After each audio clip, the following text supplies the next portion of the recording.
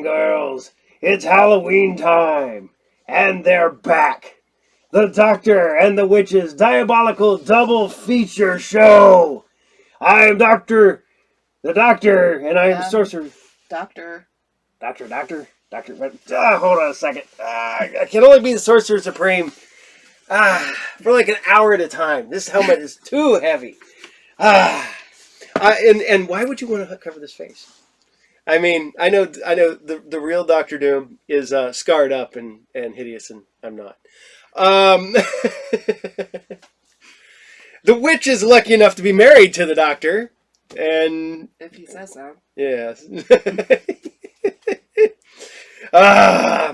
So I know it's been a while, but we're back. Yeah.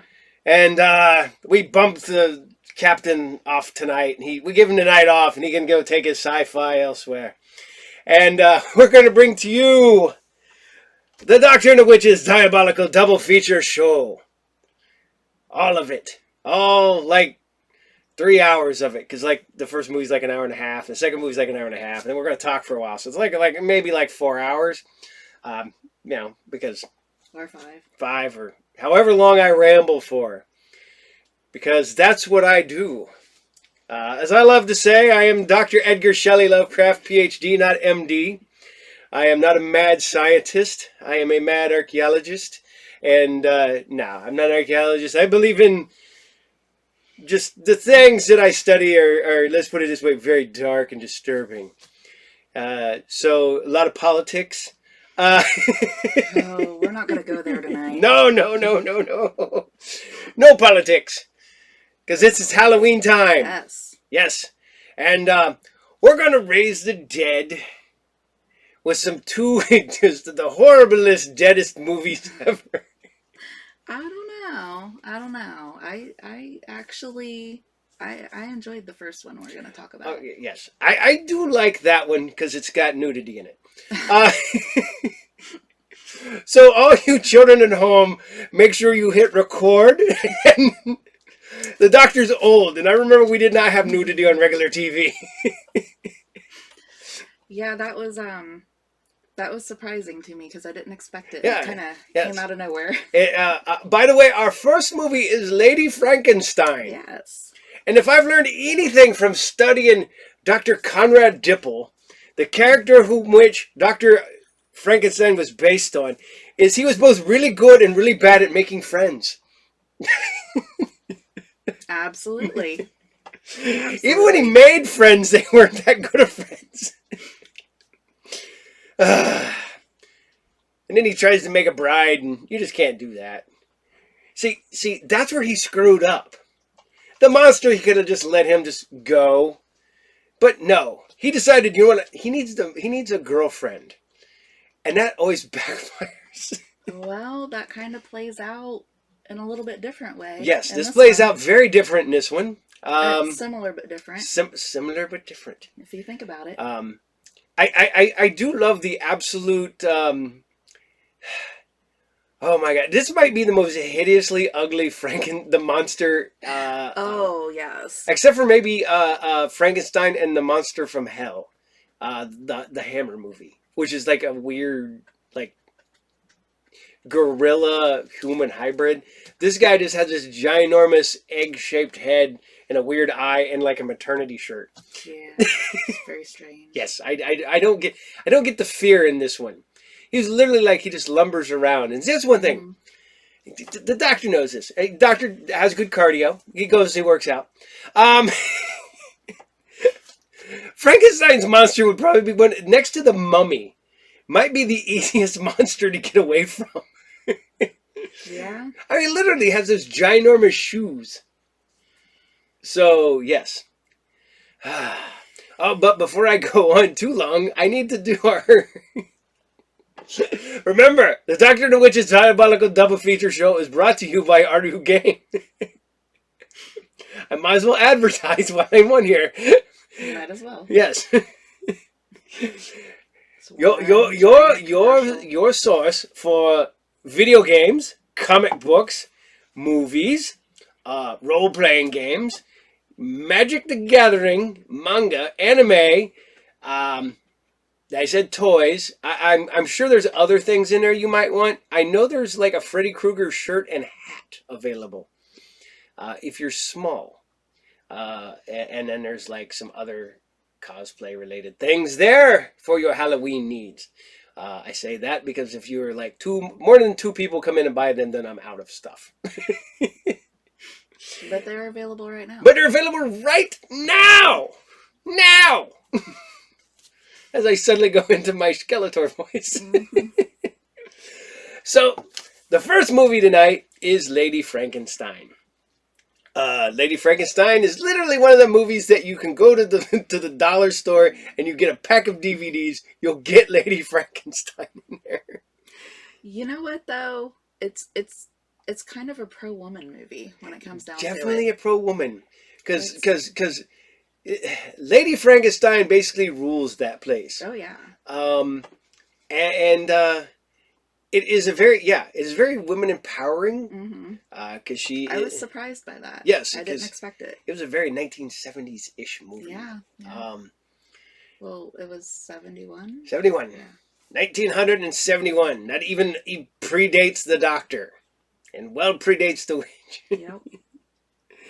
Although, if you're like me, you probably watched this movie way too many times when you were way too young, just because nudity. Our parents really didn't care. See, we grew up in a time where our parents were just like, well, they're not getting into stuff, just let them watch TV. Yep. And the TV was the best babysitter I ever had. Yeah, I went outside, but there's still, I just didn't get. I don't censor anything. I don't understand this outside. I know. I keep trying to explain it to you. I don't understand. You know, nature's a good thing. Nature. This is where that's a weird word. We differ. Nature. Like Ric Flair. Woo! No. Nature boy. No, okay. No. Buddy Rogers. No. The really crappy wrestler that stole my name, the son of a... No. Yeah, go find that guy. Nature boy Paul Lee. No bueno. Yeah, of course he had to be like a terrible person. Mm-hmm. Believe me that. Mm-hmm. I've actually legitimately called him out. So if you're watching, I will fight you. So what we're going to do before I go on and get into a fight with a wrestler, we're going to go ahead and start this masterpiece of schlock is what we're... No, that would be our second movie. Yeah, I was gonna say this one. At least this one has a cohesive narrative. It has a plot. Yeah, it has a plot. Yeah. The next movie we're going to show, there is no plot. No. There's no narrative. There is just. I mean, there is, but it's. There is a story in the next one, but you'll find out later. But we're going to go ahead and start. So go get your bucket of popcorn. You'll probably need something stiffer than a soda to get through this. Some nice glass of wine. Nice glass of wine. A nice Chianti. I don't know. Bourbon. Meth. I don't know. Whatever you need to get through this movie. That's a little much. No meth. That got dark real quick, didn't it? Real fast. Yes. Okay, maybe just go get you a Bloody Mary. There you go. Those were the doctor's favorites back in the day. I loved a good Bloody Mary. So enjoy Lady Frankenstein, but we'll be breaking in sporadically to make it so you do not have to suffer through this alone. We're here for you. We're here for you. So enjoy.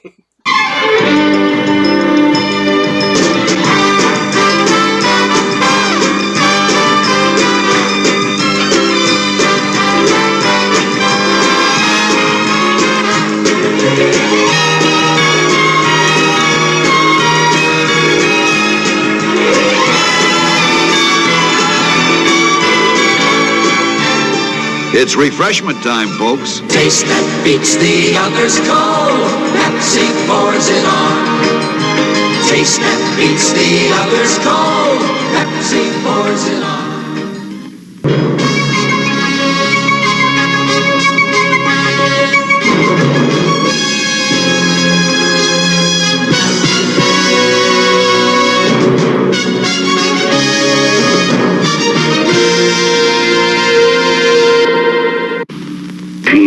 no longer one of us. Her soul dwells in darkness, and her body belongs to the Tempter. Destroy the beast that invaded this woman. Deliver her from evil. Deliver her from evil. Deliver her from evil. The Tempter. Rated R.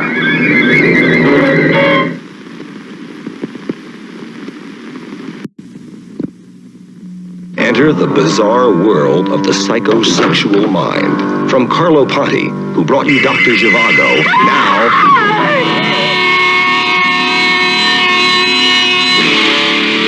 Torso.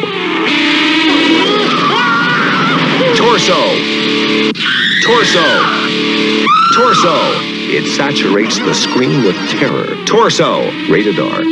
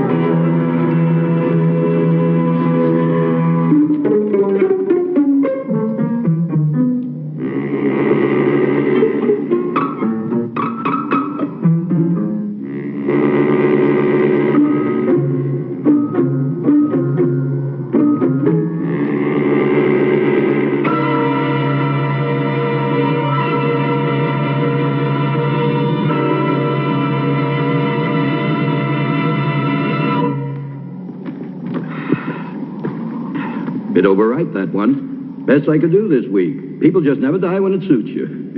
Do they, Doctor? Oh, beg your pardon, Baron. You don't have to count it. It's all there. Always is, always is. See you next week. Lynch, Yeah? I may need you sooner than next week. Something very special this time. Oh, I like that. Very special. Has a ring of money to it, eh? I want a corpse dead no longer than 6 hours. 200. No, 500. 300. Done. Let's say I'm a patron of science. But I can't promise. Results, not promises.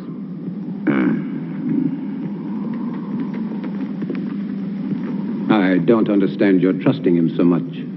Money, Charles, is a miracle drug for people like Lynch.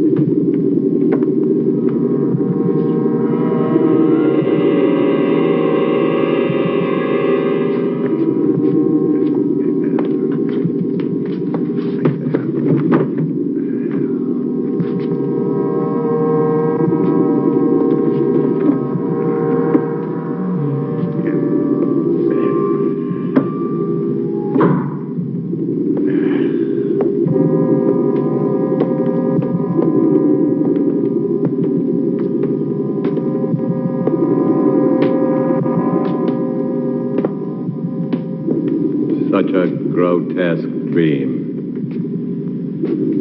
Or perhaps he shall be a nightmare. Would it matter? Not to me, not if I can give him life. That's worth anything. Including your own life? Even that. To succeed in creating life is the ultimate achievement. To hesitate, to fear, to doubt now would make everything I've ever done pointless, empty. This is my life. But to create life, shouldn't man leave that to God? Here on Earth, man is God. Go to bed, Charles. 10 you'll arrive in the morning. You'll want to look your best. Good night. Good night.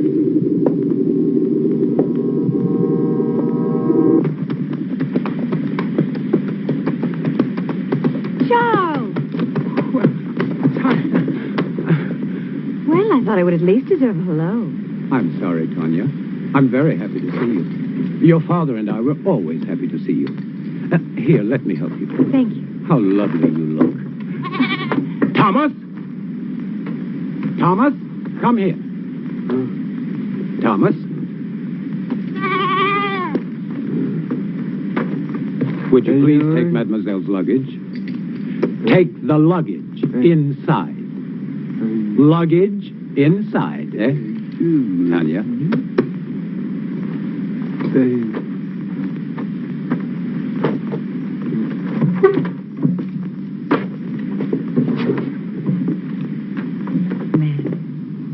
Your father is still dressing. He worked rather late last night. As usual. Is he still experimenting with animal transplants? Well, you know how he is. He's been at it for 20 years. He'll be at it for another 20, but tell me about the university. Well, except for my studies, it was rather boring. But I didn't go there to socialize. Aren't you pleased? I'm like my father, stubborn. When I want something, I get it. And I did. First of my class. I'm now a licensed surgeon. Congratulations, Doctor. Father! Father! Oh, so Hi, nice to little see girl. you.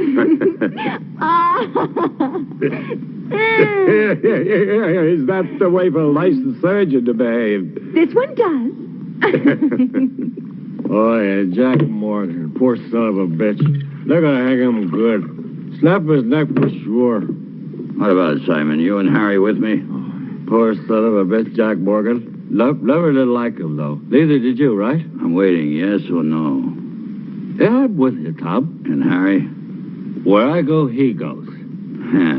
Toast to Jack Morgan. Long may he die. But, you have heard this story many times before.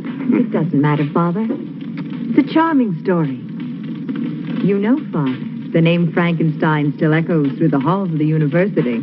I'm not surprised, but I stopped caring about those fools when I left them with their hands clapped over their ears 30 years ago.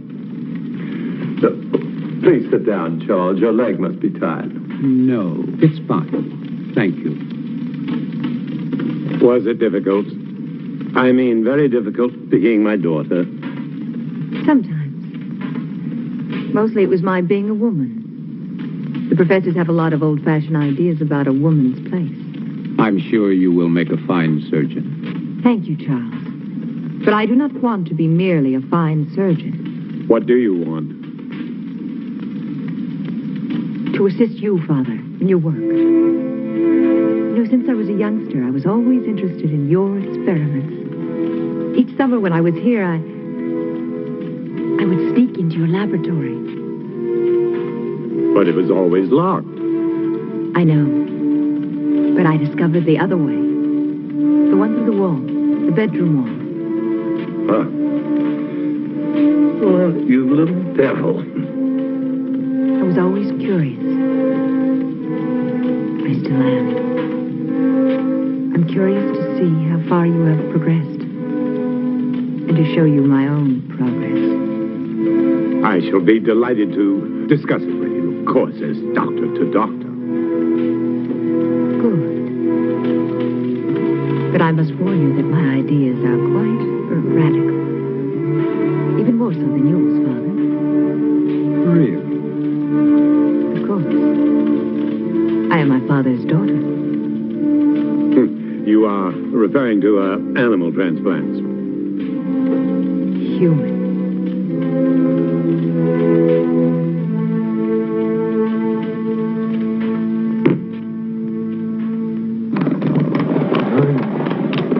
Why another 100? This order is very delicate.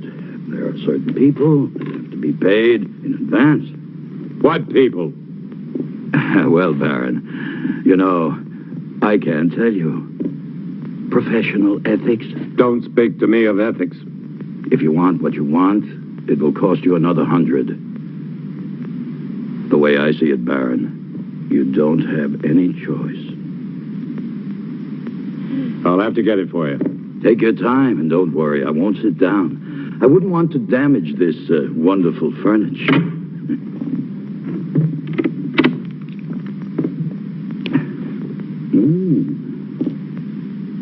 Excuse me. I was looking for my father. Would that be Dr. Marshall? It would not. Well, I never thought the Baron had it in him. But Dr. Marshall would.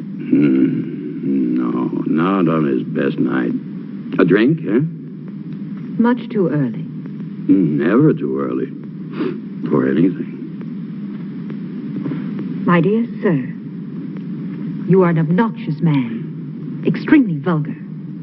And I'm certain that whatever you are thinking is merely fantasy on your part. I would say that you spend too much time alone in your fantasies. Be careful. You will soften your brain far quicker than whiskey. How can somebody so lovely be such a bitch? It depends on the company I'm with. I'm sorry, Father. I'm sorry. I didn't know you had a visitor. Mr. Lynch? Yes?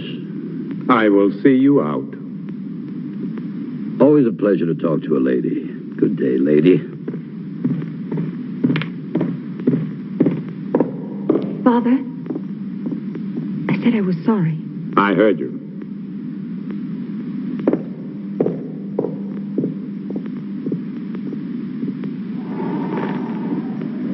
Oh, yeah. 200 now. 200 on delivery. When will it be? Very soon. When? The hanging Jack Morgan day after tomorrow. So? So he's your man.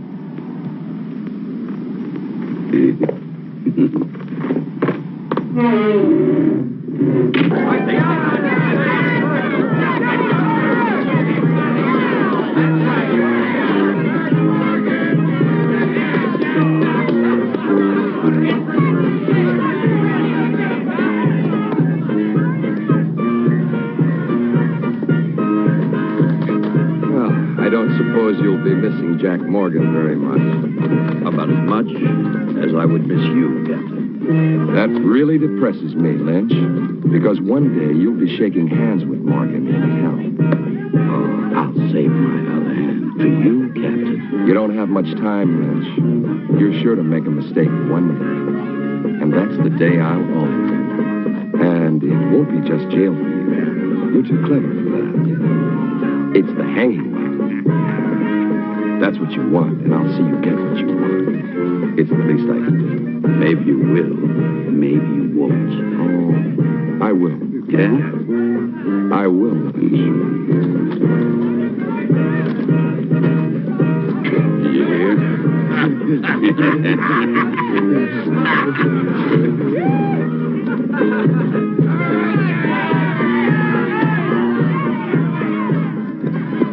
Doctor.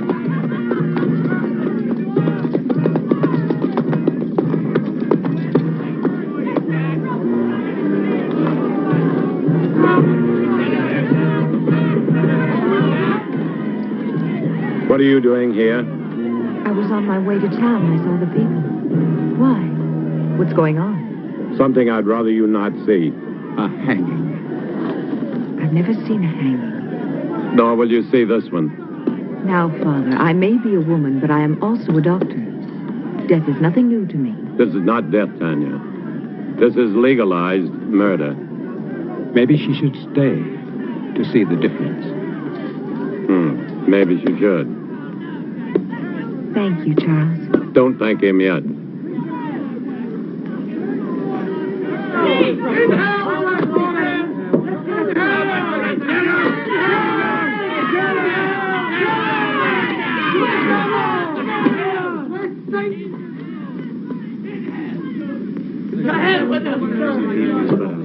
Oh, you're pretty, Jack? And what if I made any difference? Just a short step from here. Why didn't I ever cut your throat?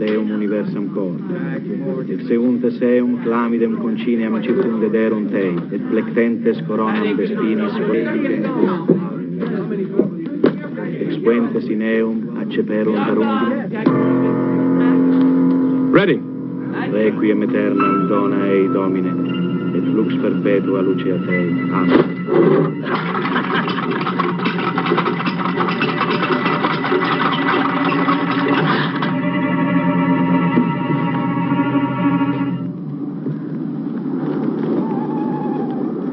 Tanya knows about the animals.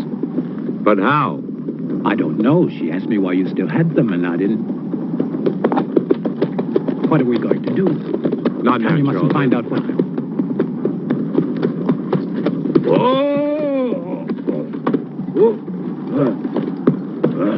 Pay up, Baron. Good work, Lynch.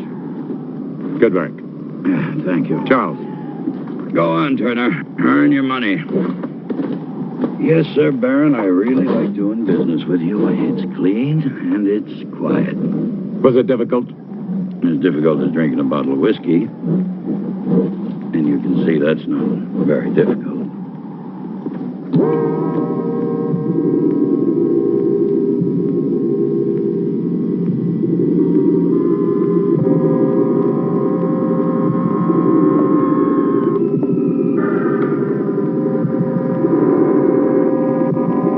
How much blood? 1 liter this time.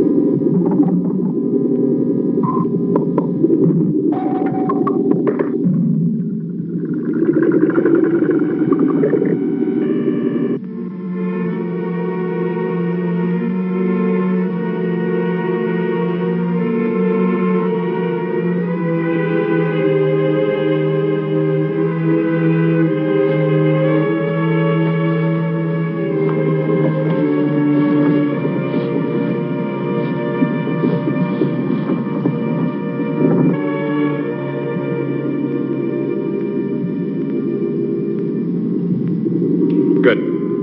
Now we're ready. Tanya! I'm sorry, but I couldn't. I was hoping you wouldn't do this. So this is why you no longer use the animals. Human transplants. Tanya, will you please leave? But I can help you. You don't understand. I do, Father. I do. What are you going to do with the brain? Tanya, please. Father, will you both stop treating me like a child? I'm a doctor, a surgeon. I even think like you do.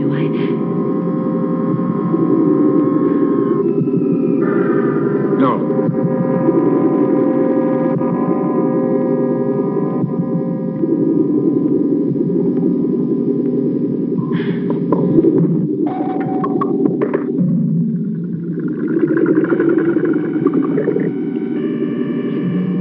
It's impossible. Charles. It is not impossible, Tanya. But the heart, the brain, you have to keep them alive. Yes, we've done it before. Inside another human body? We don't need a human body.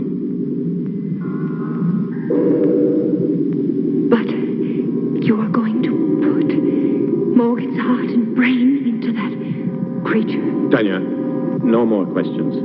But, Father... I don't want you to get involved. If anything should go wrong, the law would hold you equally responsible. And I don't want that to happen. Soon I'll tell you everything. Please be patient. I'll try. Good luck.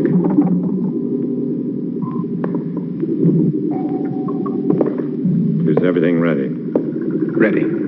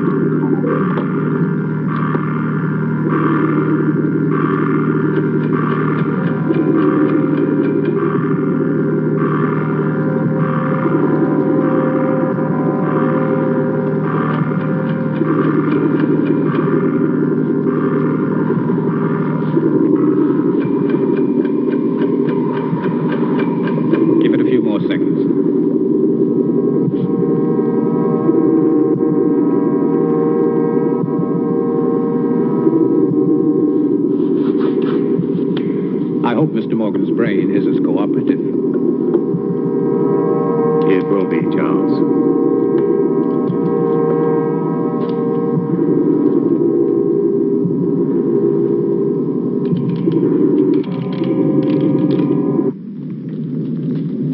So for the past 20 years, my experiments with animal transplants have been pointed to this week. All the abuses I have endured from my friends, all the accusations against my sanity, and worse will be thrown into their sanctimonious faces. Looking for something? Yes, clouds. I need a storm for my final step, an electrical storm. For only lightning will give the creature life. That's why I haven't transplanted the heart and the brain. Oh, I can keep them alive indefinitely in the laboratory, but once I transplant them, they'll survive only a few hours, unless they're activated by lightning. I want to see how you keep them alive. You shall? You will succeed, Father. I will. I promise you I will. And the medical world will be brought to its knees. I want that so much. To see you realize your dream. Something that no one will ever take away from you. They won't have to. I'll give it to them. Gladly.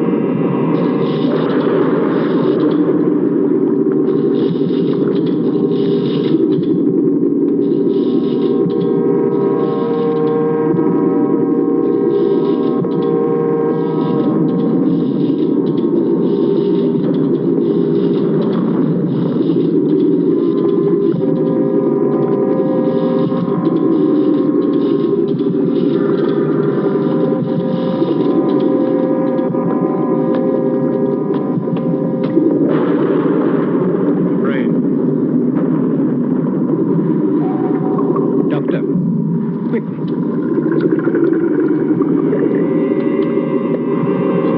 Just below the cortex. In the white matter? No, further down, in the gray matter. See? The hypothalamus is damaged.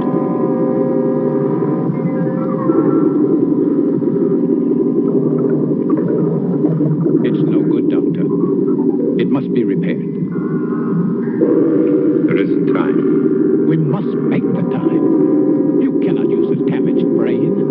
To what extent is it damaged? Perhaps it's mine. And if it isn't, the hypothalamus is the main center of the automatic nervous system. You may be creating something that cannot function. What good would that be? To give it life and just let it lie there, nothing more? We'll have to take this. What about anger and pleasure? Two emotions connected to the damaged part of the brain. Two vital emotions. Either one in excess could be devastating. Correct the damage first. There isn't time, Charles. Every minute cuts into the life of that heart. 20 years. I can't throw away 20 years by minutes. But think, Doctor. Think, no. Instinct. Instinct changes the world, not thought. And my instinct tells me to transplant that brain right now. If you won't help me, I'll do it alone. Very well, then. Thank you, Charles.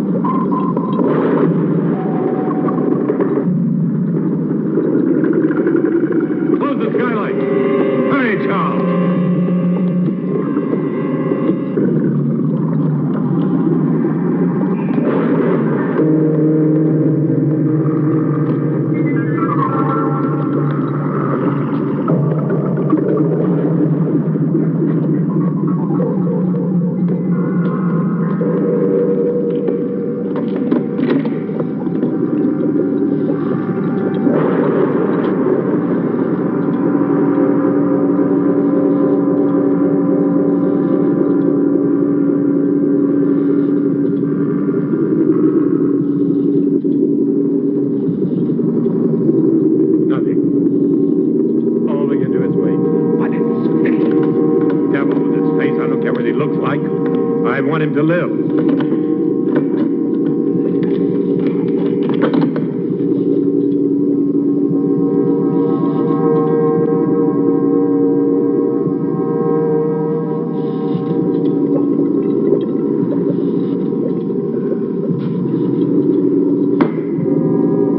Failed, Charles. You're right. I should have taken time to repair the brain damage. It probably wouldn't have made any difference. The effect of the damage would only show after the brain was reactivated. We'll never know. And to never know is more frustrating than failure. Take a long rest, Doctor. Then we can begin again. I'm afraid not. No use trying to make me feel better. It's too late for me, Charles. Perhaps Tanya will succeed. Will you help her? Of course. But wait and see how you feel in a month or so. You may change your mind. I'll feel the same. I don't even know if I want her to attempt it. A moment ago you did. That was just self-indulgence. The whole experiment, really. No, it wasn't. Who can say, Charles? Perhaps there are some things man should leave to God. Never thought I'd hear myself say.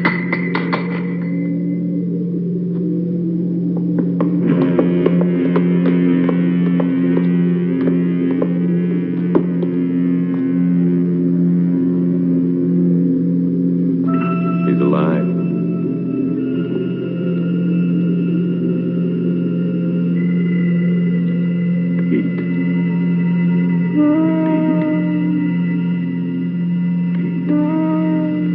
Step back, Charles.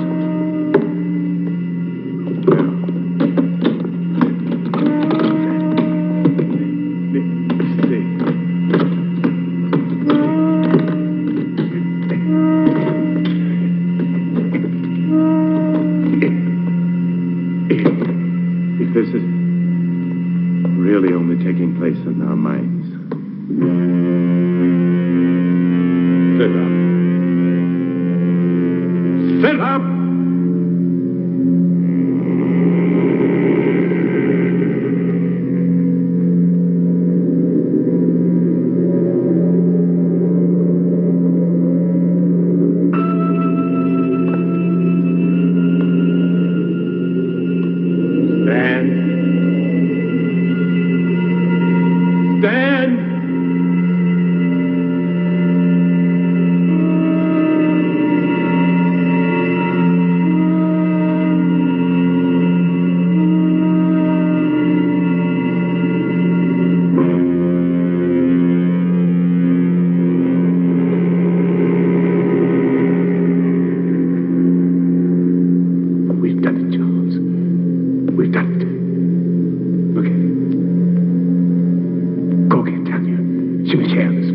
Get it.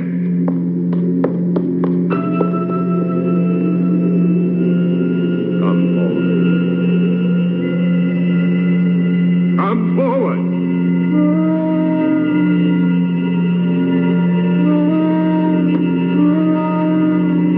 Another step.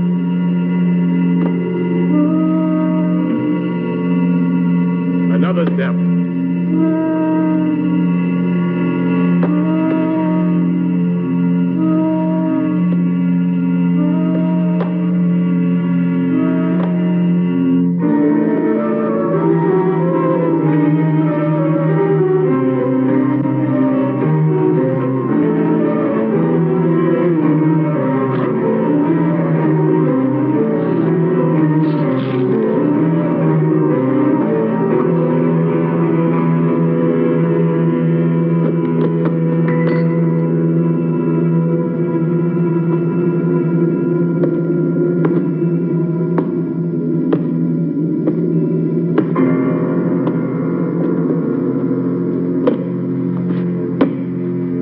Okay, so you got to see him get hugged to death. Because he's like, you made me! I love you! Ah! And it crushes him.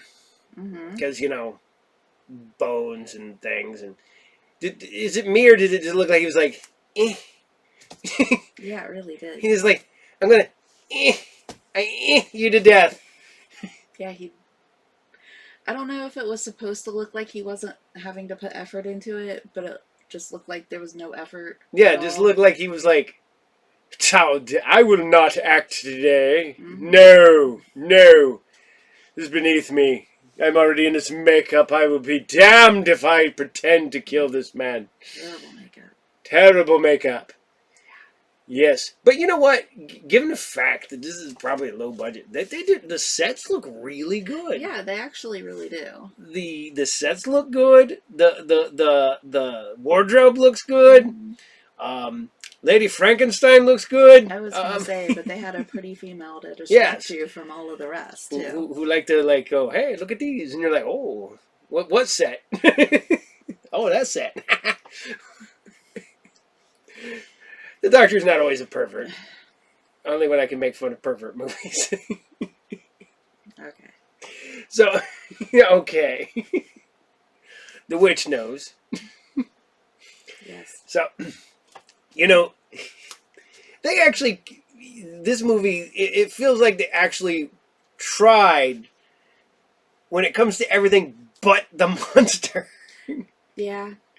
It's like, well, crap! We spent the budget! Yeah, they ran out. Who made the monster? I wasn't supposed to make the monster. Were you supposed to make the monster? I didn't. Oh, shit. It was like somebody's sister. Yeah, somebody's like... Somebody's mom. Somebody's like, hey, my girlfriend will make it for half price. Or it was somebody's mom. Well, that's why he's wearing a maternity shirt. Who thought she did the best job ever. And you know what? For what it was... Yes. She probably did. Somebody's mom had leftover Halloween decorations and went, I dressed my kid up like Frankenstein last year for Halloween. I can do it in this movie. Hey, us moms can get creative sometimes. Says the woman that made a shark costume for her kid. Yeah. Because that was cool. Mm-hmm. Yes. You know, the best thing about these movies are... back in the day, they actually cared. They would just throw anything in a wall and hoped it stuck. And yeah. For the longest time, I'm not going to lie, when I was a kid, I always put this with the Hammer films and the Amicus films because it felt like it fit. And then I go back and look at it now and I'm like, wow, I was so wrong. Because Hammer and Amicus would have made it look really good. At least the monster looked really good. Because they have the best Frankenstein ever, Christopher Lee, for reasons. Reasons, huh? Reasons. It's not like we share a name, but Christopher Lee and Christopher Lee. So, what does the witch think of this movie? It's interesting. It's a movie, right? It's about an hour and a half long, and there's things happening in it. Yeah. But no, it has a plot. It does have a plot, and being like I said, they tried in this movie. They got really good sets. The even the outside stuff looks good. But again, I mean, it's got the cheesy. The monster hugs the man to death. The monster's kills are a little lackluster. Let's put it that way. Yeah. But this still is a better Frankenstein than go look up. Was it Al Adamson's Dracula versus Frankenstein? That Frankenstein's monster had mumps. Yeah. Like bad mumps. He should have seen the doctor, and the doctor would have just took his head and removed it and replaced it with a head that actually looked like it, like it wasn't swollen. Yes. Yes. So, I hope you're enjoying this, because we're going to get ready to get back to Lady Frankenstein. After these messages. Wait a minute, are there messages? I don't know. What's the message? I have no clue. I don't know. Okay, I'll put a message here. Go to my store. And, yeah. There we go. Enjoy. Enjoy. Tanya. Tanya? He's done it. It's alive. It's alive. Oh, Charles. Oh.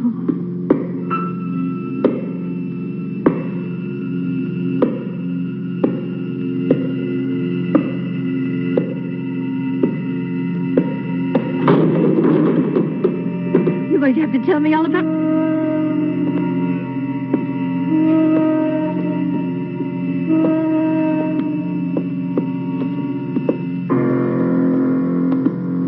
Those footsteps. Tanya, be quiet, please. My father.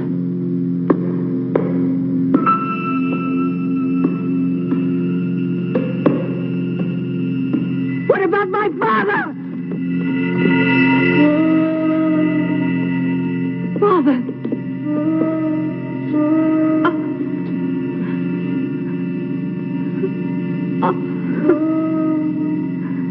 Tanya.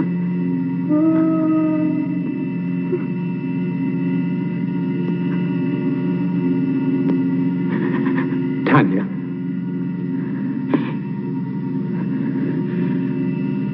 I'm all right now, Charles.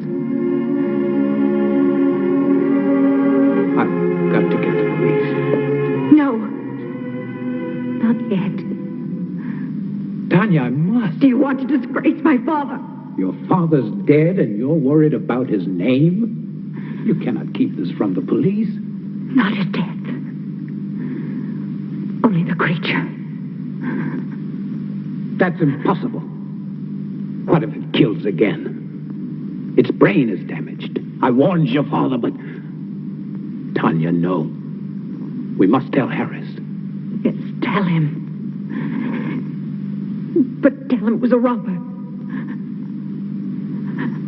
But there is Morgan's body. What did you do with the other corpses? The lie tank. Put Morgan in it. Then you can go to Harris. Please, Charles. I don't know, Tanya. What could you hope to gain? Time.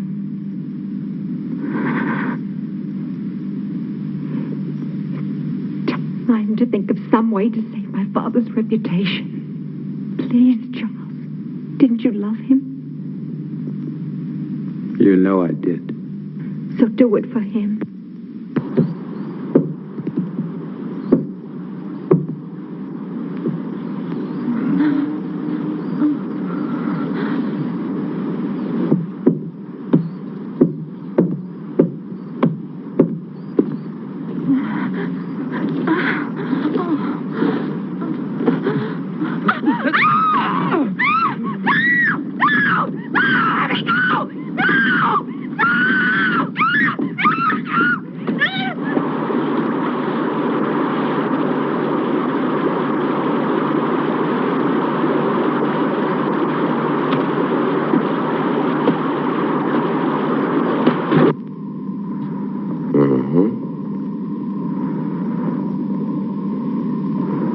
Animal organs, I believe. Yes, of course. My father has been experimenting in animal transplants. Very interesting. You saw this robber. A big man, you say? Yes, he would have to be a very big man. Big enough to... But what did he steal? Nothing as far as I can tell. I haven't had time to check everything. My father must have surprised him. I would think it was your father who was surprised. But, what would a robber be doing in a laboratory? He wouldn't have known it was a laboratory. He must have seen the light and he wanted to investigate. Perhaps. You said he was a very big man. How big would you say? I don't know. I was asleep. At least half a foot taller than you, Captain. Really? That would make him more than 7 feet tall. Are you sure, Dr. Marshall? Well, half a foot then. After all, he was running away when I saw him. I thought you said you saw him with the Baron earlier. Yes, but all that registered in my mind then was this hulk of a man gripping the Baron. Yeah. And then you entered a few moments after this robber killed the Baron. I tried to stop him, but he threw me aside quite easily, and I couldn't... And that was the time when you saw him run out? Yes. But you weren't hurt? No, I wasn't. How very fortunate. Well, I won't keep you any longer. I'm sure this has been quite an ordeal for both of you. Oh, by the way, the young man... Thomas. Thomas. Where was he? He doesn't live here. He comes each morning very early. Thank you. He didn't believe us. Of course he did. He just tried to impress me. You are marvelous, Charles. Thank you. What now? Now we wait. Yeah, there's no place better on a sunny afternoon than right here. Just so long as I know with my wife.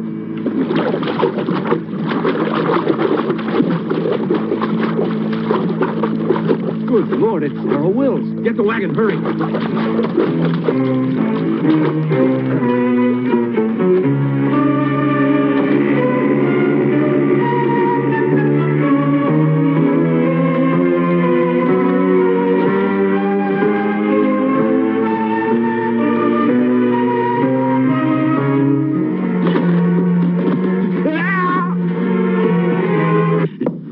Nice, cheerful place you have here, Lynch. Very fashionable. It's like something out of an insane asylum. Yes, you do have the taste of a connoisseur. The taste of a man who truly knows what is obscene, vulgar, erotic, and simply grotesque. It's very clever the way everything blends together. How things seem to balance. Not one piece out of place. Not 1 inch of space wasted.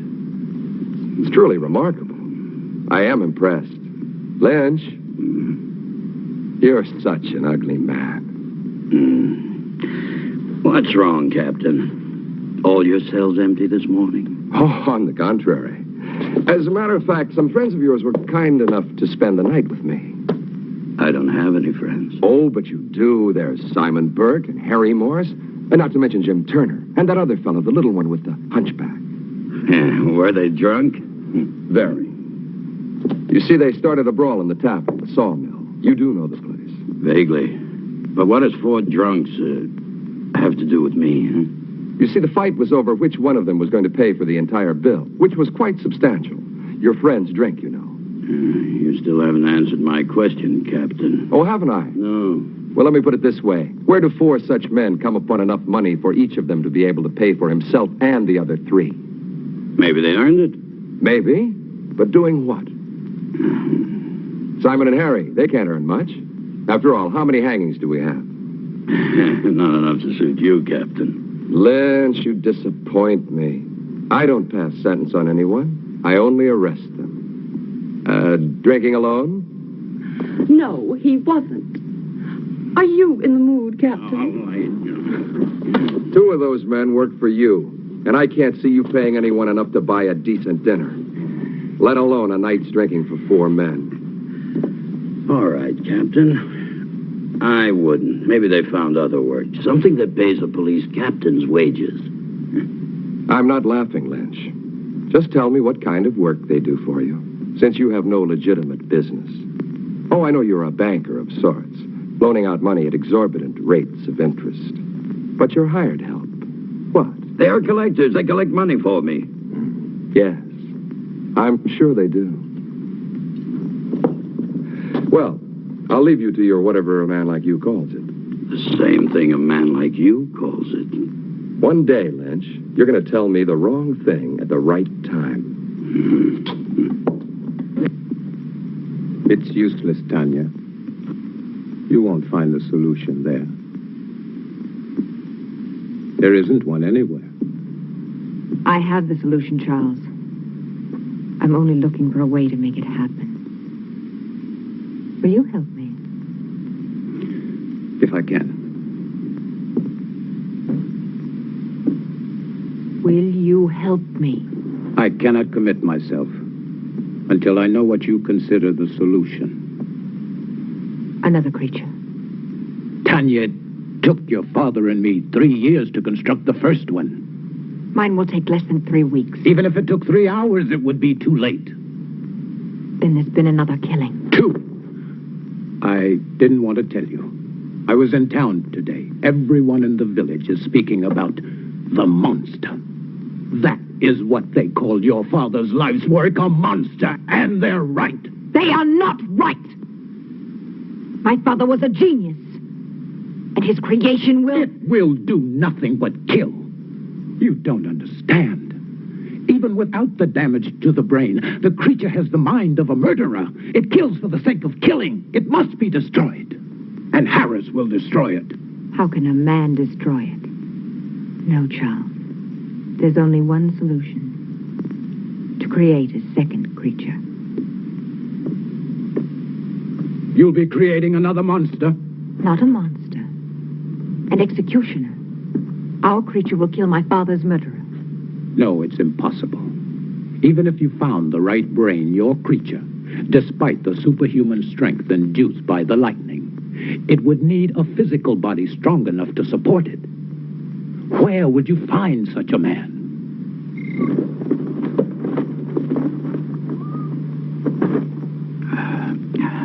And that's my proposition. 500 pounds if you find me the right person. Yeah, well, what makes you think I can?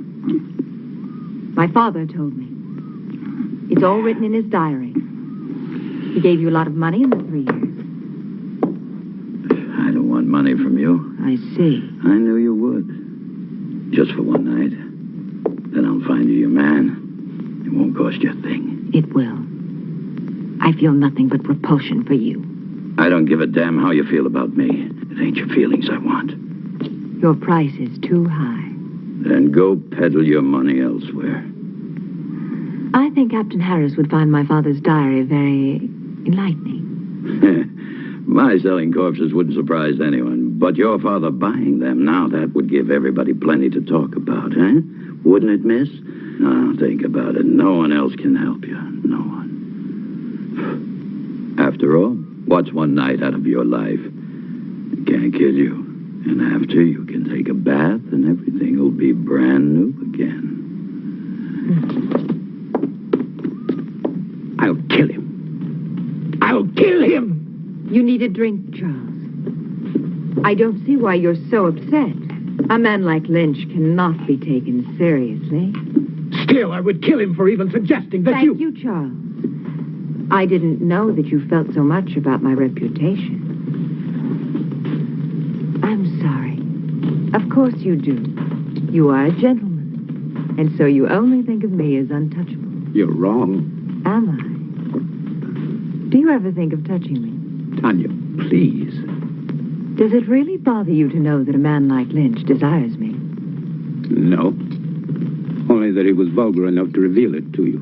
You never really believed in my father's dream. You only stayed because of me. What if I did? Then why didn't you tell me? Because you were afraid. You've always been afraid. You are afraid now. We don't need Lynch. All we need is each other. I found him. Thomas. Thomas? Yes, Thomas. Physically, he's perfect. His body's strong and beautiful. Be honest, wouldn't you like to have such a body? What does that have to do with... Everything, because you love me. I know you do. But you've never done anything about it. Instead of your love for me giving you strength, you let it melt your spine. You let it fester inside of you until all you could do was to look at me with those weird, hurt eyes. With the eyes of an old man. With the eyes of a cripple who could never even dream that I could love him. Could you? Could you love me? Yes. If you look like Thomas. Then love Thomas! I can't love Thomas. He hasn't your mind. Think of it. Think of me. Think of possessing me. Would you like to have my body bend to you? Would you like to make love to me? Yes. Yes. Yes. You can. I can make it possible.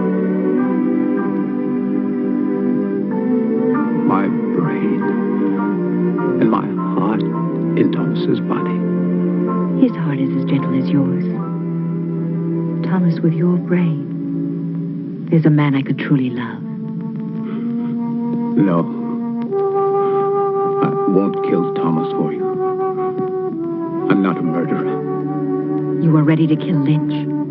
That was different. Murder is murder. Do it, Charles. I'll help you.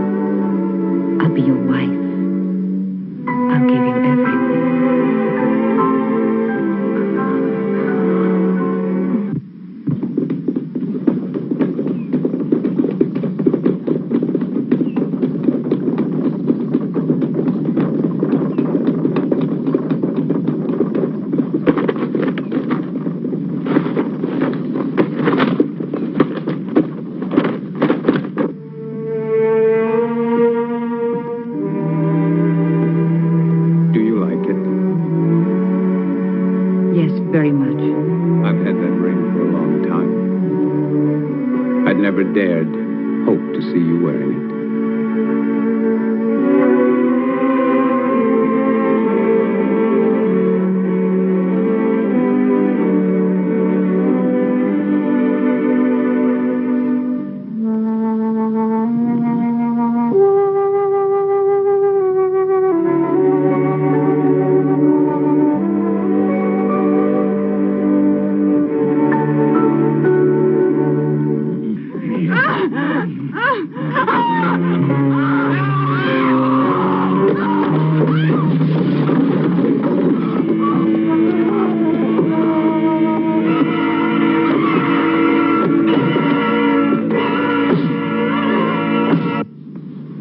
Good morning, Charles.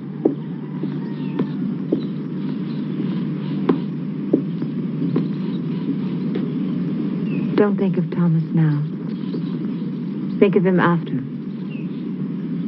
The way he will be. In here. Come. In here. He's in there. Terrible sight. Oh, it's a terrible sight. Oh, terrible. Terrible sight. Blood in my life. Blood in here. I don't want to blow again. Bench.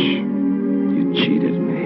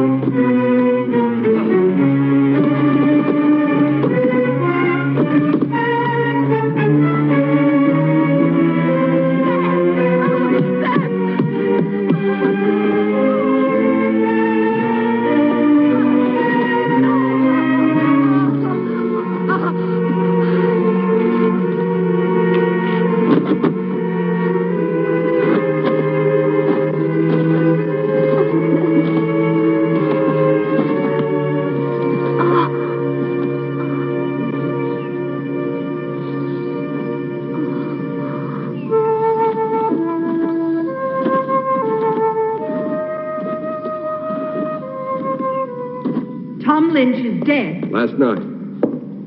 Killed by the same man who murdered your father. And Lynch wasn't robbed either, Miss Frankenstein. It's Mrs. Marshall now. Oh, congratulations. Thank you. And this man, anyone seen him? Anyone still alive? The young man who was with Sarah Wills, John Masters. And this Mr. Masters, what did he see? He claims it wasn't a man. He said it was a monster. But he was too frightened to satisfy me. However, there's one more witness I would believe. Who is he? Seth Atkins' son. He saw the murderer kill his mother. But the lad's in shock. If and when I'm ever able to talk to him, Poor boy. sorry to bother you, Mrs. Marshall. I'll see you out, Captain. Thank you. You know, I've been wondering, Mrs. Marshall, why would you visit Tom Lynch, especially at his place, and at night? The Baron owed him money, and my wife went to pay it back. Wouldn't it have been better to send for him? Really, Captain? A man like Lynch here. Of course. But then I would think Dr. Marshall should have gone, not you. It was my father's business which made it mine. Nobody else's. Quite. What I don't understand is why would your father owe Lynch money? I find your probing thoroughly impertinent. It always is. Thank you again, and good night. Oh, one thing more. You don't believe in monsters, do you? Of course not. I do.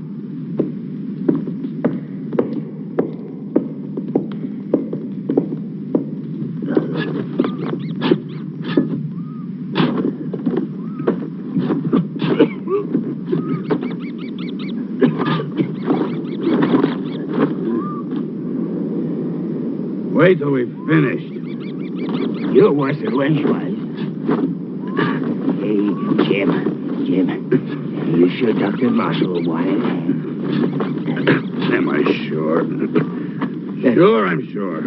Whatever the Baron was doing with the corpses, Dr. Marshall was helping him. So it must be sure that he's still doing what they were doing. He'll thank us good.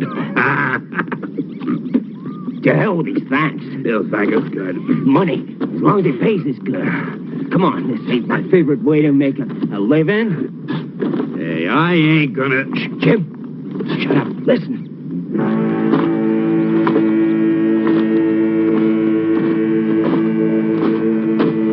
I don't hear nothing.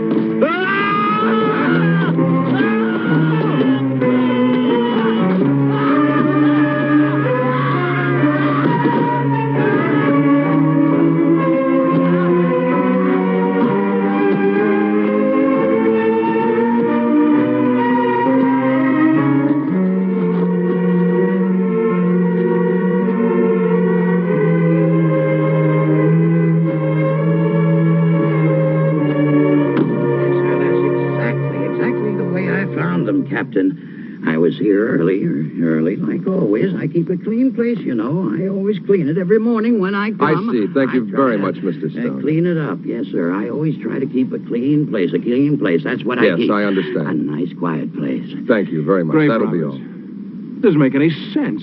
It's beginning to make a lot of sense. Get those shovels.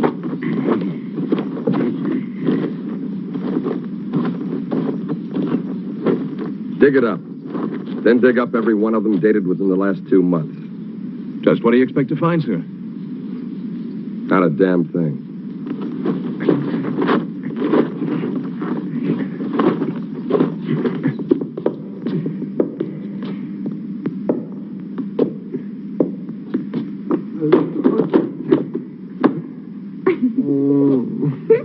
Oh, no, Thomas. I wasn't laughing at you. Don't be mad at me. No, not mad. Never mad at you. Well, that's very kind of you. Come here, I'll help you.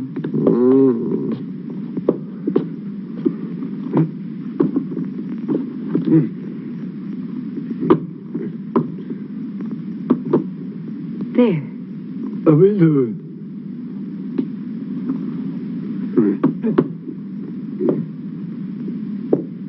On the chair.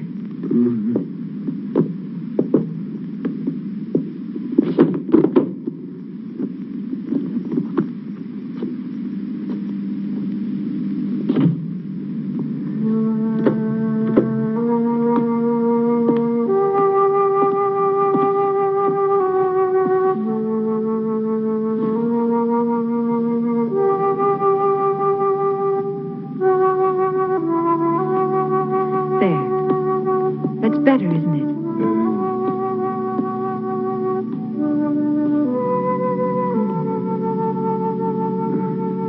Sit down, Thomas. Sit down. That's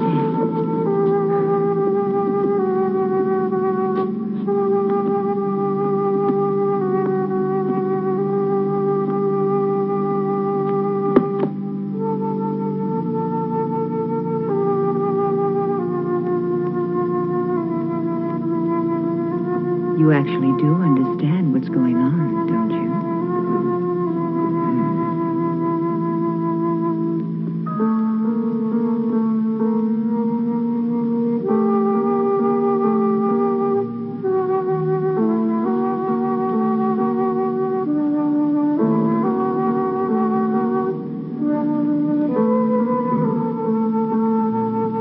You're beautiful.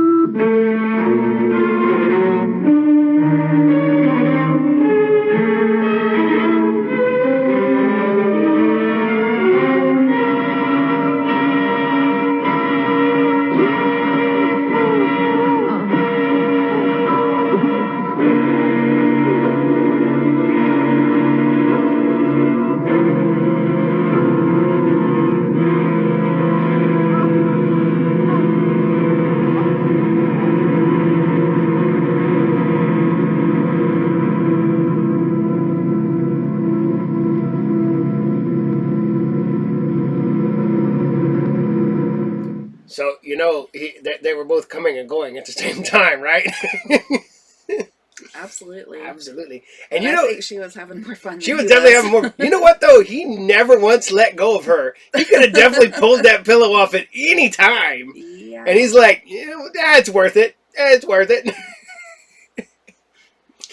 I mean, she is an attractive woman. I don't know if she's die for attractive, but, the doctor don't have to worry about that. They got the witch. So if anybody's going to die, it'll definitely be the doctor at the witch's. I wouldn't say hands. I'm sure a spell or a hex or something like that would work just as well. Absolutely. Yes. So, we warned you at the beginning. There are boobies. So... Yes, there are. Very blatantly. Blatant. Right there. Yeah. And you know what the worst part? Literally, going back to when the doctor was even a kid. I don't know if you remember these things called VHS tapes. But one of the first box sets of VHS tapes I got, maybe not the first one, because I think that was almost all black and white, except for maybe. But it was one of them early ones that had like 2 movies on one tape, and Lady Frankenstein was one of them. And, you just bought those at at Kmart. And they never questioned it. So, nobody ever... literally, I was like, 13-year-old Paul was like, oh, wait a minute, hold on a second. 13-year-old doctor. As the rest of it would say, I broke kayfabe. And the doctor does not take anything seriously anymore. Okay. Nope. So. When did you? I have no clue. Do not remember a time. In 32 years, she has never seen a doctor take anything seriously. Nope. But, it was back in the day where they would push nudity a lot in movies in the 70s. Because... I like to, be like, all right, cool, it's nudity when I was young. And then now when I look at it and I'm like, oh, they were like, oh, it was empowering. And I'm like, hey, I've made movies before and worked on movies, and that just helps put butts in seats. You put a nude, attractive woman, people are going to go see that movie, go rent that movie, or even go buy that movie back in the day. Now you got the internet, so if you just want to see anything, you just go, boobs, and there they are. I bet you could even just go, Lady Frankenstein boobs, and it'd be like, boom, and there's a picture. Yeah, most likely. Or a little clip. Or a little clip, yeah. So yeah, clip. As we continue.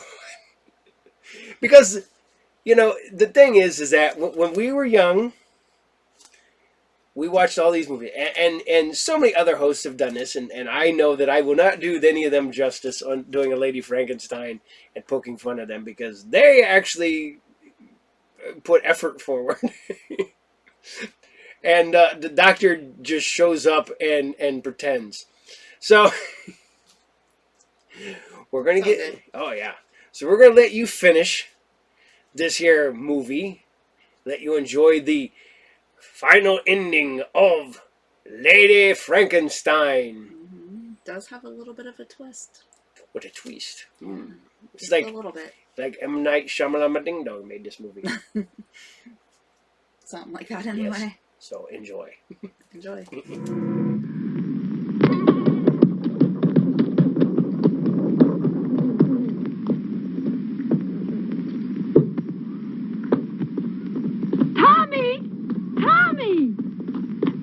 May I help you, young lady?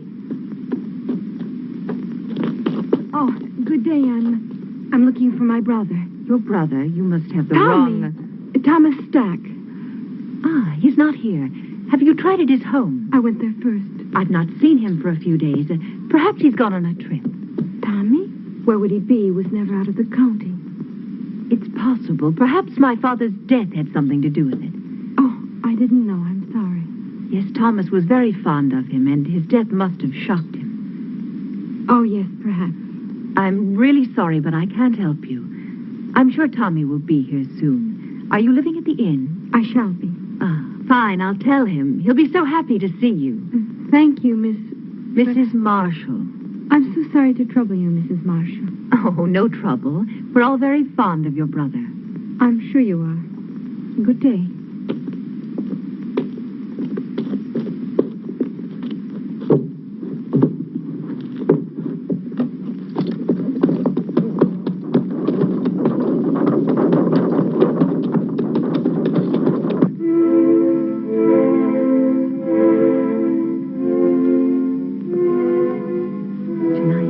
You and I will help Thomas to become a whole human being. And my father, he will live again, but with the fame he was meant to have.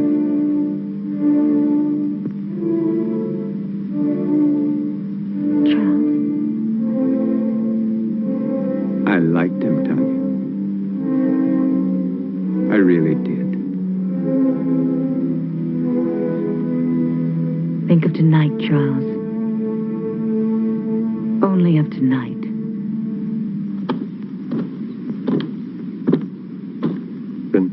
People are talking. They're saying that Baron Frankenstein is responsible. They're saying that he created that monster. Killed him, remember? But it didn't kill his daughter. What does she have to do with it? Well, you know how people are, Captain, especially when they're scared. Right now, they're so scared they may do anything. Just anything. Something real crazy, maybe. To them, the name Frankenstein is 6 leagues below Satan himself. And they don't care who's wearing it. Come on, Johnny.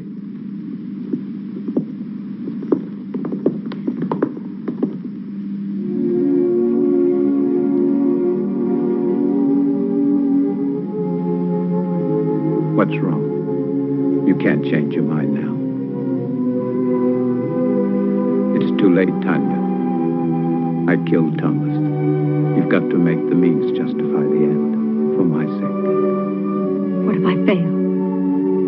Charles, Then you fail. I'd rather give my life to you than to the hangman.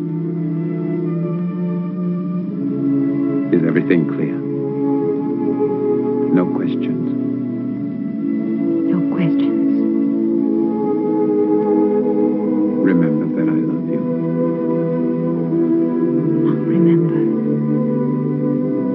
Now smile for me. That's the last thing I want to see. Thank you. Now begin.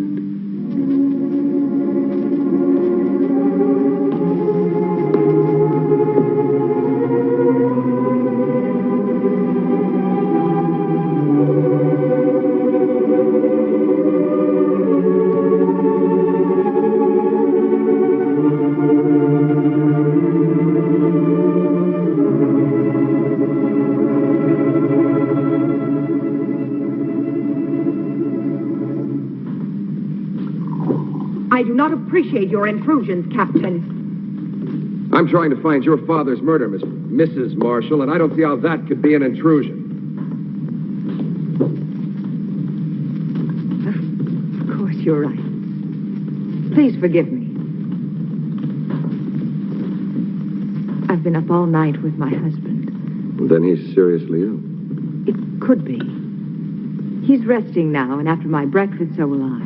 Have you made any progress, Captain? Not much, but the murderer has. 2 more men have been killed. Jim Turner and Bill Jessup. They worked for Lynch. Oh, you wouldn't know them. They're not exactly the kind you'd invite to tea.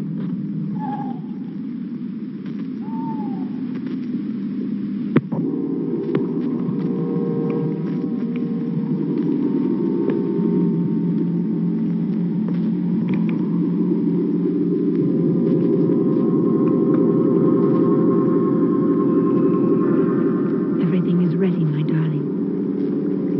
Do not be afraid. Soon we'll be together again.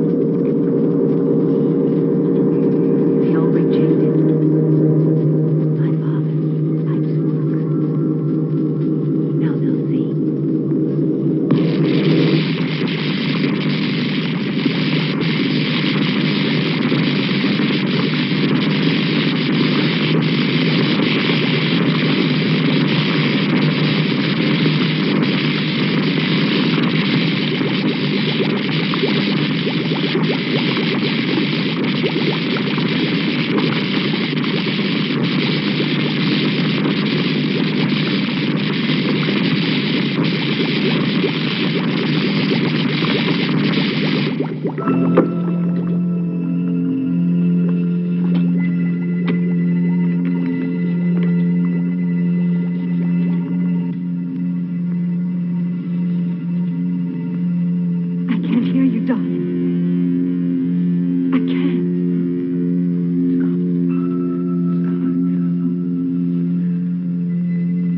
You're alive.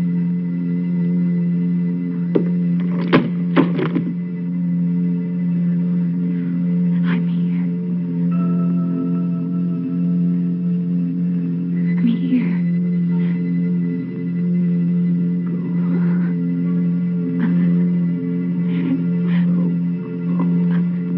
I'm here, darling.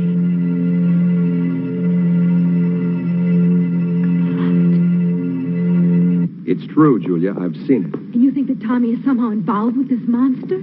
Well, not in creating it, but I think he found out about it by chance.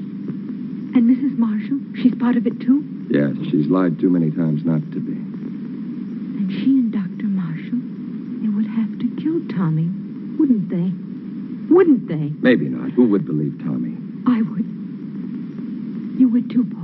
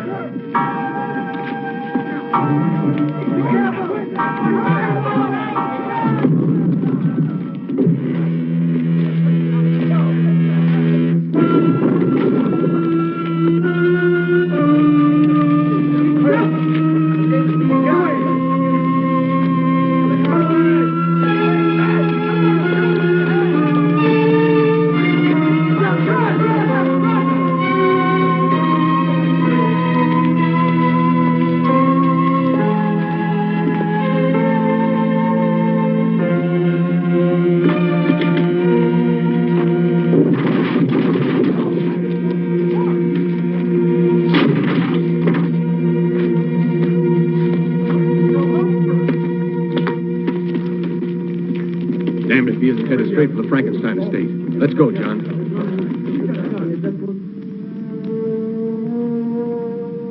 When I remove the stitches and your hair grows back, no one will see the difference. In the meantime, this wig will do perfectly. Now, Charles, put your hands like this. When I release the paper, you try to catch it between your hands before it reaches the floor. But you must look into my eyes. Bravo, Charles. Reflex is perfect, pulse normal. Everything.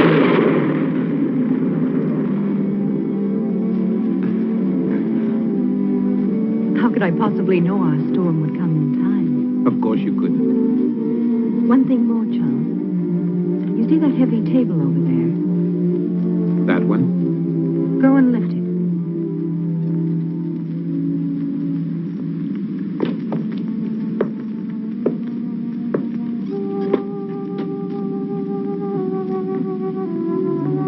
Go on, Charles. Lift it.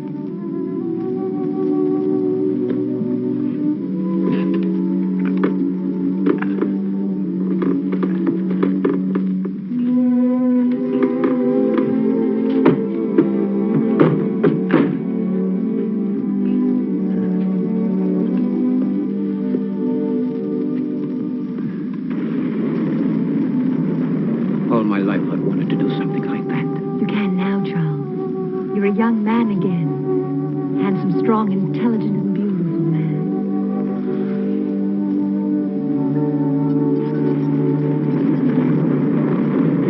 Mrs. Marshall! Mrs. Marshall! What is it? Captain Harris! I insist on seeing you. You must see him, Tanya. He'll just keep on coming back. Come on. Go and see him. Hurry. Go. I must see Dr. Marshall. Possibly still extremely ill. I cannot. I'm not asking your permission. Read, Mrs. Harris. This is a... Yes, it is, I Mrs. shall Marshall. report you to your You superiors. do that. Please leave my home. Not until I see your husband. Read, you have no right, Captain Harris. My husband is very ill. That's far enough, Captain. I'm sorry, Captain, but my illness is quite contagious. You shouldn't risk coming any closer. I want to speak to you alone. Whatever you have to say, I want my wife to hear it. Very well. I came to warn you about the monster that you and Baron Frankenstein created.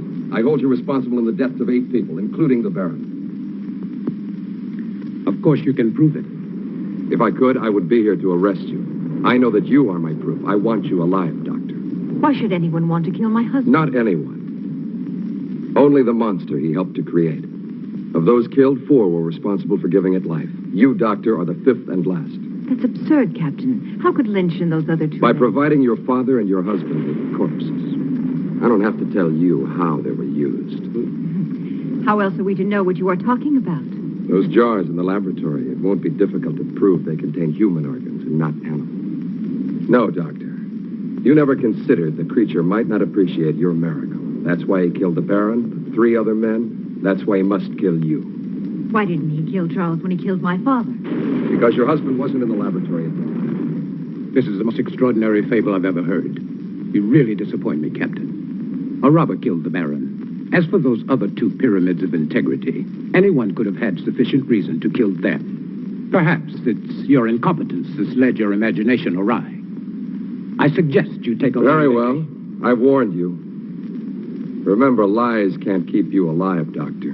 But I can. Your concern is a great comfort to me. Good night, Captain. I don't know what you've done with Thomas, but I'll find out. And when I...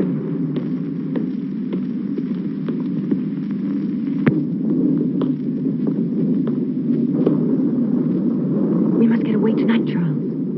No, Tanya. But, darling, Harris and his men will find the monster. They'll destroy it. They don't know how. I do. Every available man, Peter. I want this place surrounded. And make sure the men tell no one, especially their wives. Now hurry. Yes, sir.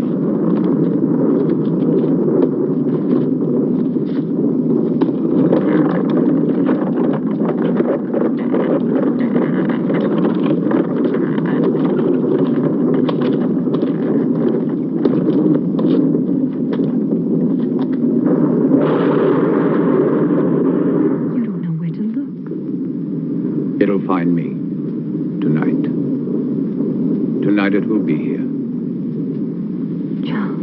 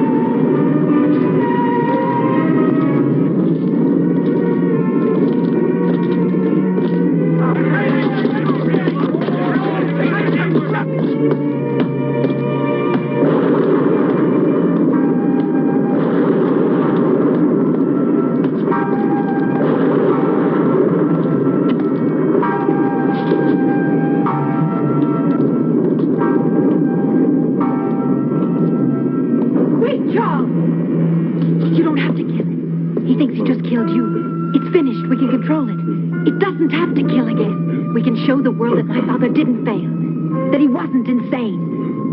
Think of us, Charles. The power, the fame. No, I must kill it. Yes, you're right. Kill it. Why did you change your mind, Tanya? Because you know that no matter which of us survives, you still win? You do know. You've always known. You're right, Charles.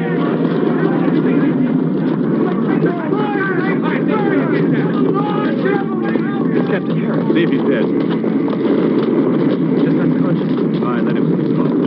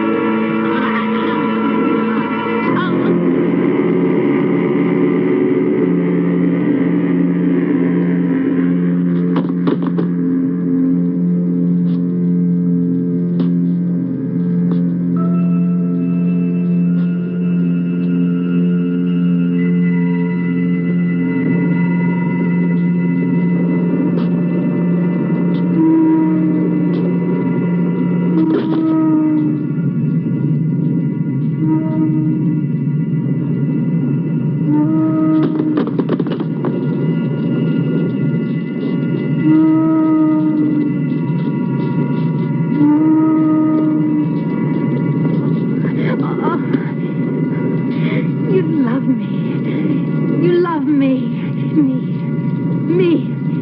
I belong to you. Yes, Thomas. My love.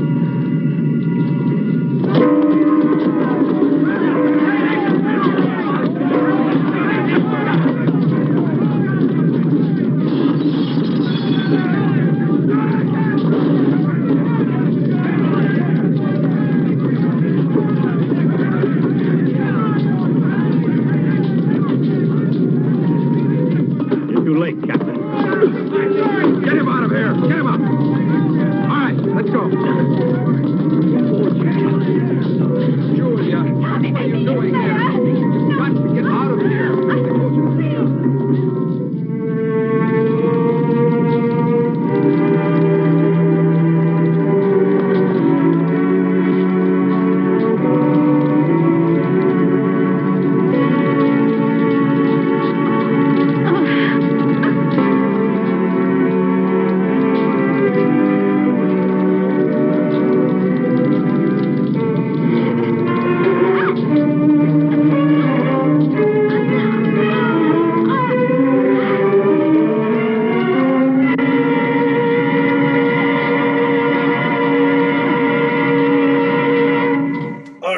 So I hope you enjoyed Lady Frankenstein. And the witch and I were discussing this and while we were watching the movie, and it's almost as if two different people directed the movie. If you watch the Lady Frankenstein and any other scenes, they seem like they're directed by one guy. Mm-hmm. And then when the monster shows up, it looks like it's completely directed by somebody else. Maybe it's the difference between a decent actress and a terrible actor. Did you ever think of that? Well, I mean, yes. I guess could be. She is actually a good actress in the movie. Yes. And the monster is just not pulling it off. So you're contrasting. Yeah. But you watch some of the scenes, especially like at the end, Mm-hmm. where she's watching, her boyfriend fight the monster, and she's in shadow, and she's like watching it, and that scene is really good, really well, composed and stuff, and composited. But then you're like, the scene where the monster's walking around and just kills the random townspeople. It doesn't even look like it's made with the same film, like the same camera. It's suddenly they went from. It would almost be like suddenly going from, a red dot camera, with a huge frame rate going back to a VHS camcorder, and then just mocking them all together and be like, it's all the same movie. If you're going to do that, you need to make it, like, maybe made it through, like, the monster's eyes if you're going to change the quality. That'd be a little different. That would explain it, because he's got the weird eyeball. But, alas, they were coming and going at the same time again at the end of the movie. Yeah. It seems to be the trend in this movie. Yeah. So, yes. And, she seemed very happy to go out at the end. Yeah, she did not seem too bothered. No, she's like, I'm done. Oh, well. Oh. So I always loved sex in horror movies, because they went hand in hand. And I kind of wanted to know. It's like, it felt like this is the one that started the group doing sex in horror movies hand in hand. Maybe the doctor will sit down and do the research on that and watch enough movies that I will figure that out.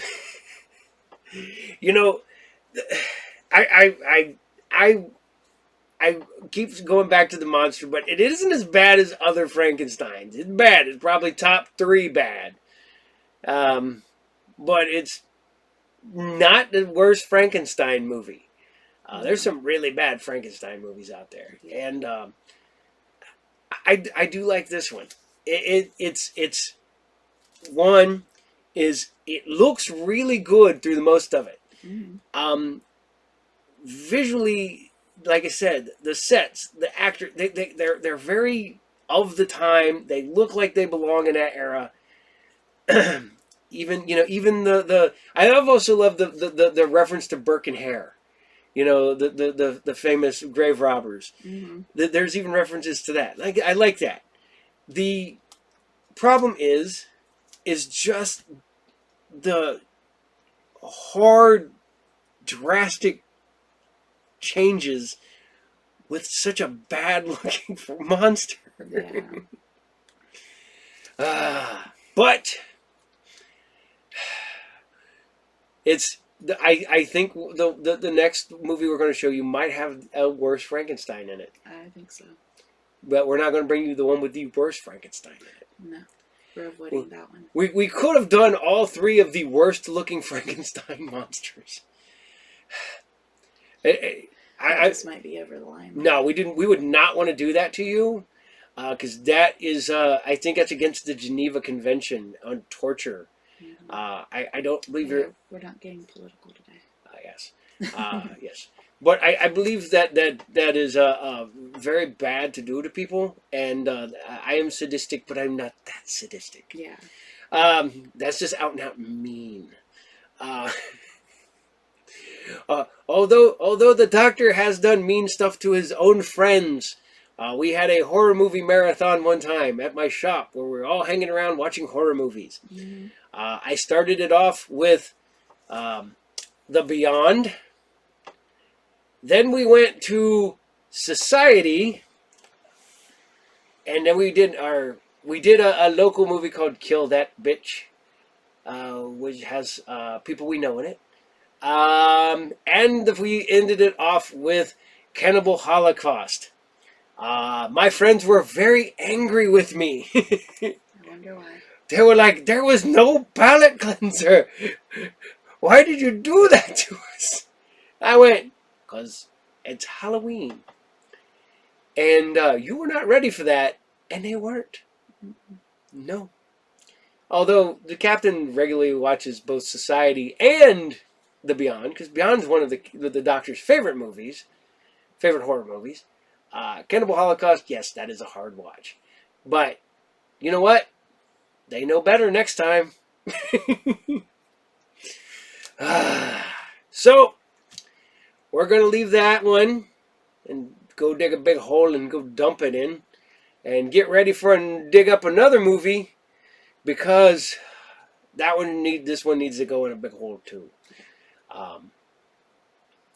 This movie was literally made and then ran out of money, and then they chopped it together and tried to make a movie out of it. Yeah.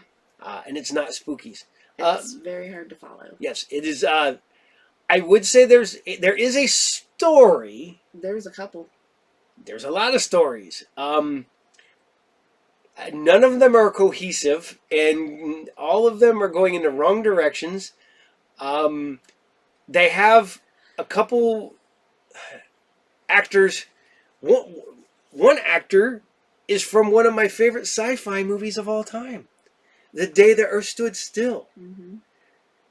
And he hammed it up through the entire movie, and I'm like, this is the same guy who knocked it out of the ballpark in, The Day the Earth Stood Still.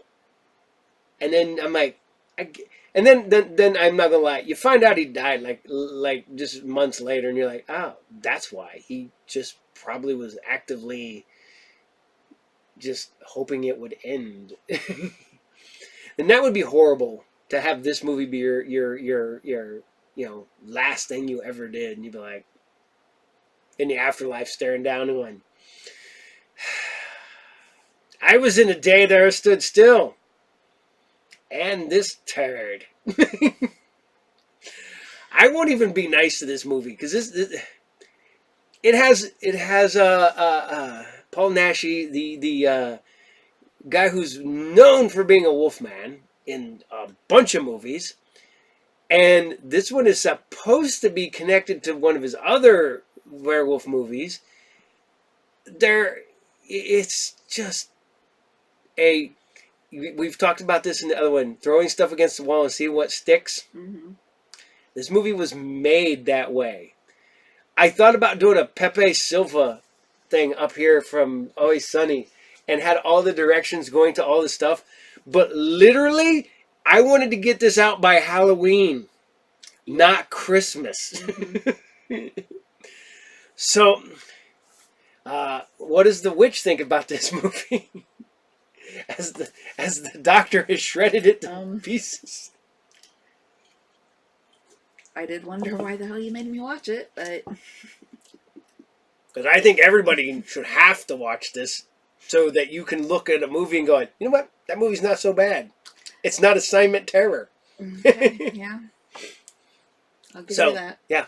So, as I just said, you're going to witness assignment terror. Is in markets in some places it's Dracula versus Frankenstein. Some places it's Dracula versus Frankenstein, assignment terror. But you'll notice something blaringly obvious throughout that entire movie if you call it Dracula versus Frankenstein. So we're going to let you watch the movie, and then you get back to us and tell us what we are talking about. What's weird about that title? What's weird about that title? Yeah. So we're going to tell you a story about aliens who come to Earth who decide to use monsters to take over Earth when they can't even figure out how to do anything correctly. Yeah. So here you go. Enjoy. So, he hypnotized her into thinking that you need to be in this really bad movie. Something. Yes.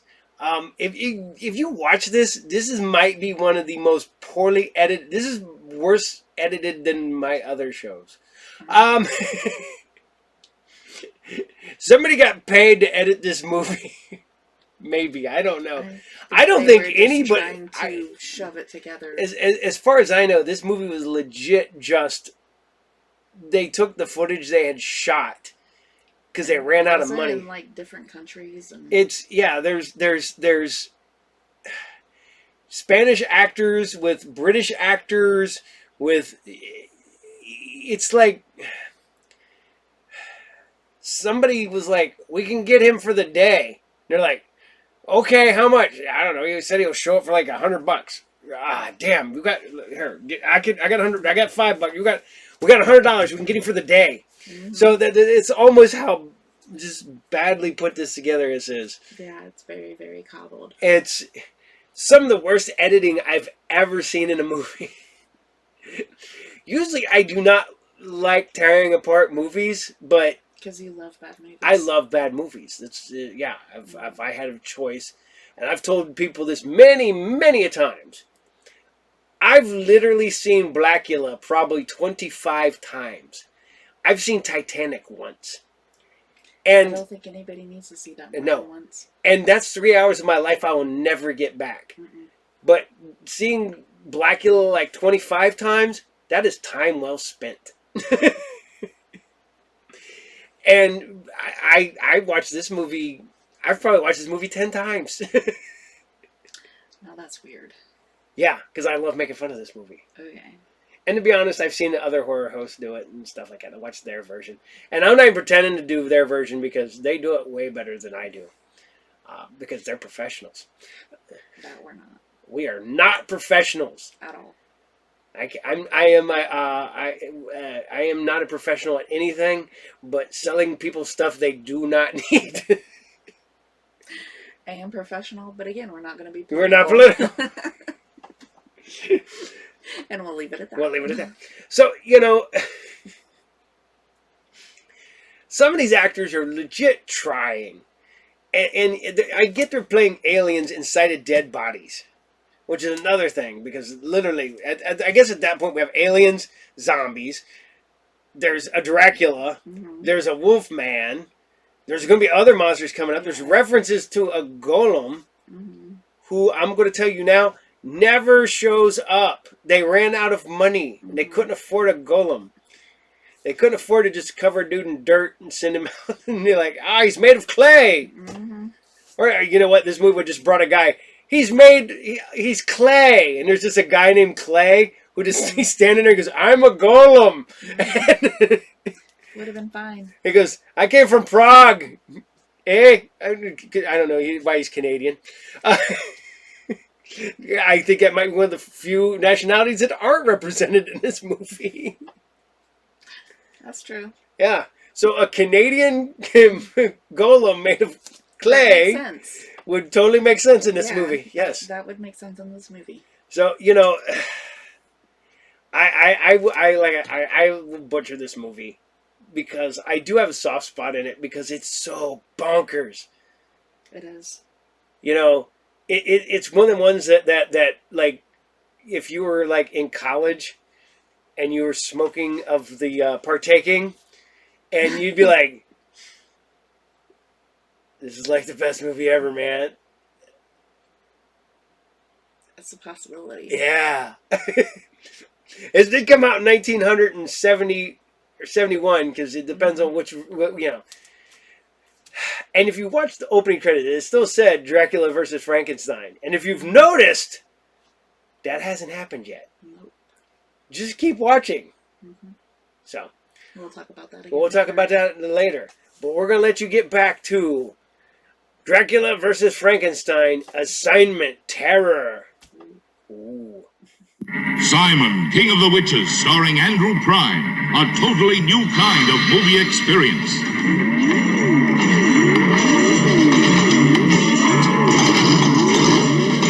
I'll open this mirror at 1:33. The precise moment in time when the gods are unable to resist my thrust into their domain. Charge! Charge! Charge! Here is the modern-day story of a witch, a warlock with the black mass, the witch's coven, the curses, the terror, the fears. The fear! The fear and reign for her! Simon, son of evil and darkness. You gotta check. Simon, King of the Witches, starring Andrew Prine and Brenda Scott from the Fanfare Corporation. Rated R. Of the devil is disturbed by the plow. The satanic essence of evil wreaks violent and revolting revenge. But it weren't human, sir. They were fur. And it was an animal's remains. They were more like some fiend. And the evil grows quickly, attacking first the youth of the village and making them the devil's children. Look, look. Oh, God, I prayed I'd never see that again. That's what they call the devil's skin. Doctor, witchcraft is dead and discredited. Are you bent on reviving forgotten horrors? How do we know, sir, what is dead?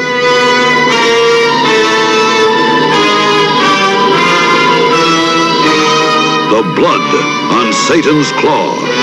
It was like a horrible disease, highly contagious and deadly dangerous.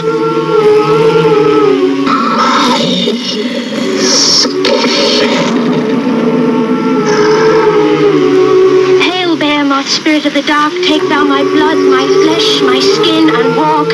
Holy Behemoth, father of my life, speak now, come now, rise now from the forest, from the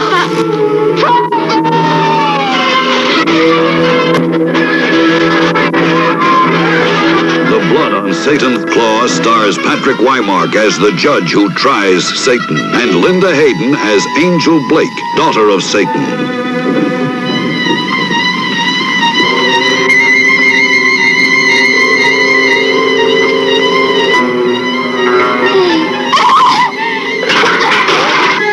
Thou stole my master's skin. Thou shalt pay with thine.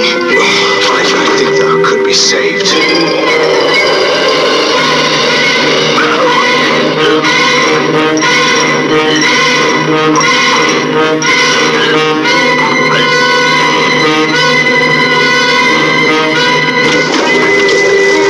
These dogs know how to tear the devil's heel.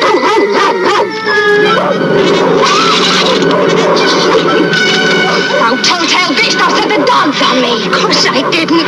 Art thou ready to give thy skin tonight? Art thou ready?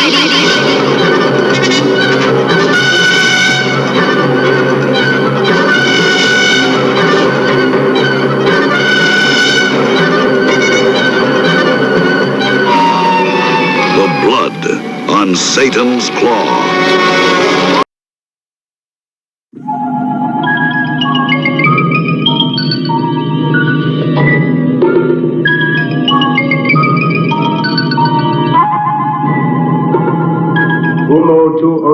calling Earth. Reply, please. Contact made. Kirian Werner, surgeon, killed in war action. Maleva Kerstein, doctor of biochemistry, killed in automobile accident. Both persons have required characteristics and have been incarnated by our envoys. They will contact you. Remember, success of mission depends on exploiting to the full the superstitions prevalent among the Earth creatures. The first objective is Blaustadt Fairground.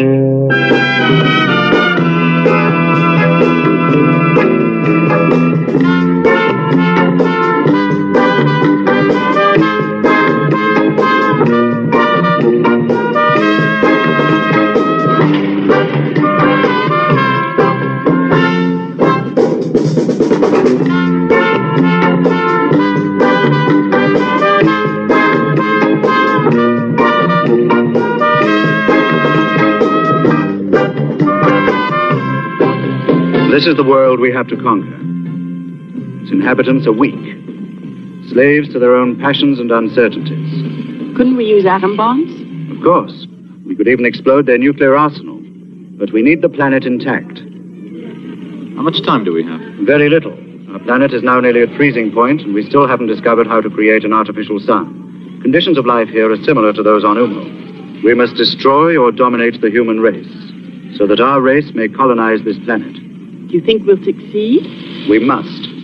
There are now many of our group here working on different objectives, but their success or failure depends on us. These are the remains of the Count Janos Dimailov, the gruesome vampire who terrorized the people in the mystical regions of Transylvania. The only way to destroy him was to plunge a wooden stake into his heart. His magic, hypnotic power died with him. It was inherited only by those like myself, descendants of people who were attacked and contaminated by the vampire. For a few coins, I shall hypnotize you and read your future in your unseeing eye. Love, passion, jealousy. Remember what I told you. The passions and weaknesses from which our race is immune are the very ones to which the Earth creatures are prey. Love and sex.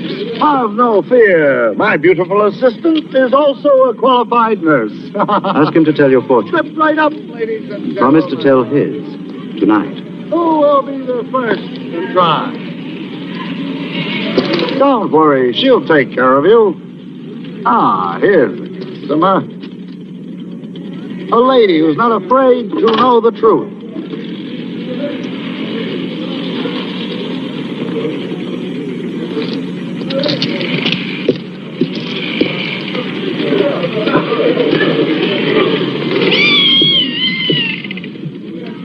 Beautiful women are like powerful magnets.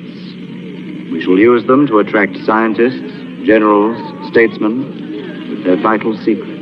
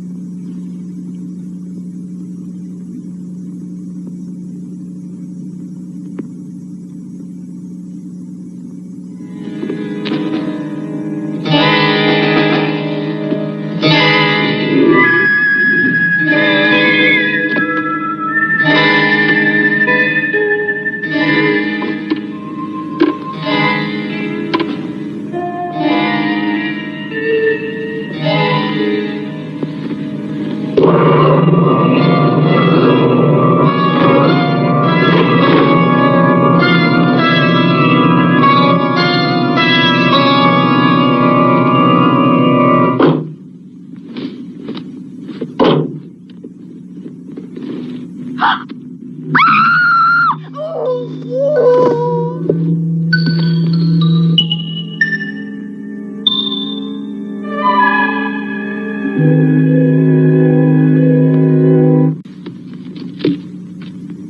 far, we've nothing to go on. No fingerprints, no known enemies. Looks like the work of a ghost. Let's start by ruling out ghosts. What about the gelatin substance found on the steak? We sent it and the victim's clothing to the main laboratory. And? In a few days, we'll have some results. There's one detail that intrigues me. The absence of the skeleton exhibited by Fairzar in his show. Remember the legend. The only way to revive a vampire is to withdraw the stake from his heart. As far as I'm concerned, that skeleton is no more than a showman's gimmick. There must be a logical reason for its disappearance. You know, in this part of the country... As you can see, Henry, I'm completely snowed under with paperwork. Why don't you see what you can dig up for me?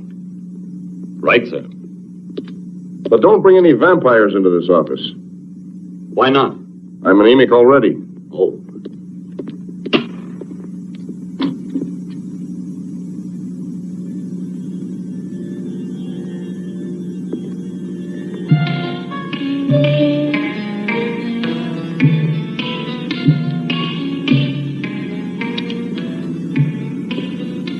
We shall call her Ilona.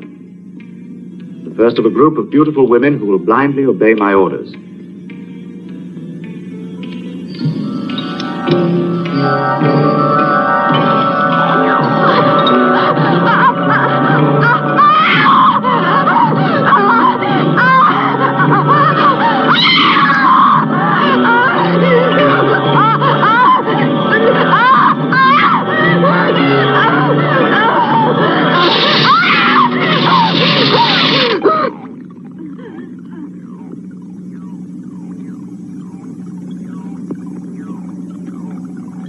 The Prince of Darkness sleeps soundly.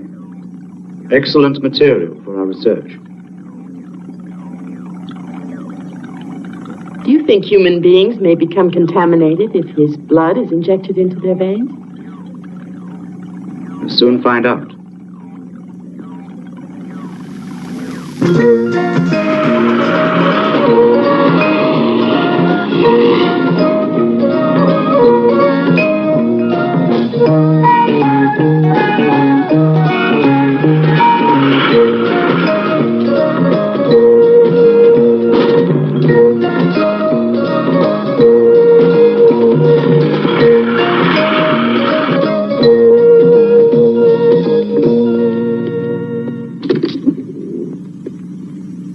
Good afternoon. Good afternoon. Could you help me a moment?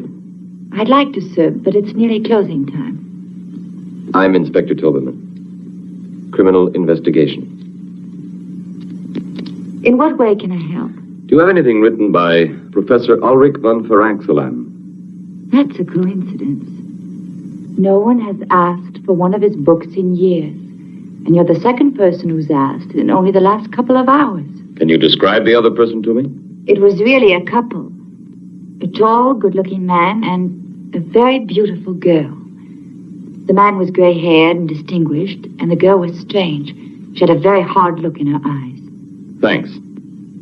Go upstairs. That's where we have the archive section. And then ask for Carl.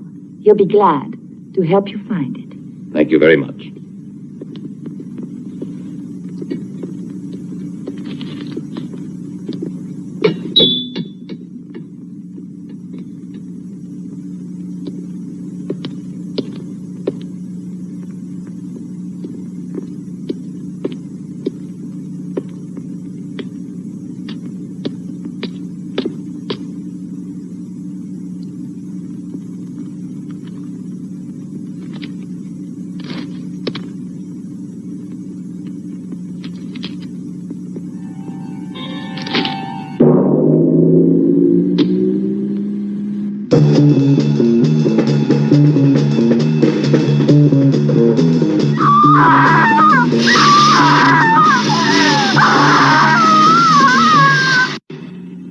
This way, gentlemen.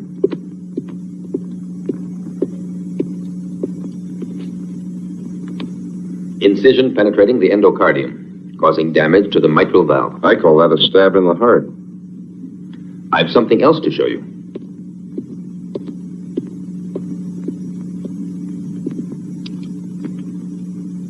It's a sample of the gelatin substance found on the victim's clothing. It's composed of living cells, but I can't identify it. We'll have to send it to the main laboratory for a more exhaustive analysis. All right, as quickly as possible. This may be the break we've been hoping for. Don't jump to conclusions, Henry. Apart from this gelatin, can you give me one shred of concrete evidence that ties in this murder with that of the showman at the fairground? Yes. Anthology of the Monsters by Professor Ulrich von Frankenstein. It's a study of the various legends of man-made monsters. The living mummy, reputed to be somewhere in the Valley of the Kings in Egypt. Nosferatu, the medieval vampire in the remote regions of Transylvania. The Golem, a giant of clay created in the ghetto of Prague. The missing pages. Thanks. Apparently, these pages refer to an artificial human being created by Faraxelin himself. Listen to the ending. I wish to create a perfect human being, selecting the best organs from different corpses. But God punished me for my presumption, and fate caused me to insert the brain of a murderer into the human being which I believed perfect. Today I shall blow up the castle and bury myself with this terrible monster. May God have mercy on my soul. Am I boring you, Eva? Not at all. I find it fascinating. Another nightmare creature, the werewolf. Werewolf? Yes, you see, he was influenced by the full moon. In order to release him from this curse, it's necessary to shoot a silver bullet into his heart. Werewolf. Something you remember? I think so. I think when I was a child, my grandmother, or my nurse, I don't know which, told me about the werewolf. He's a man who's transformed into a wolf under the influence of a full moon. I'm sure there's another word to describe it. Lycanthropy? That's it. Lycanthropy.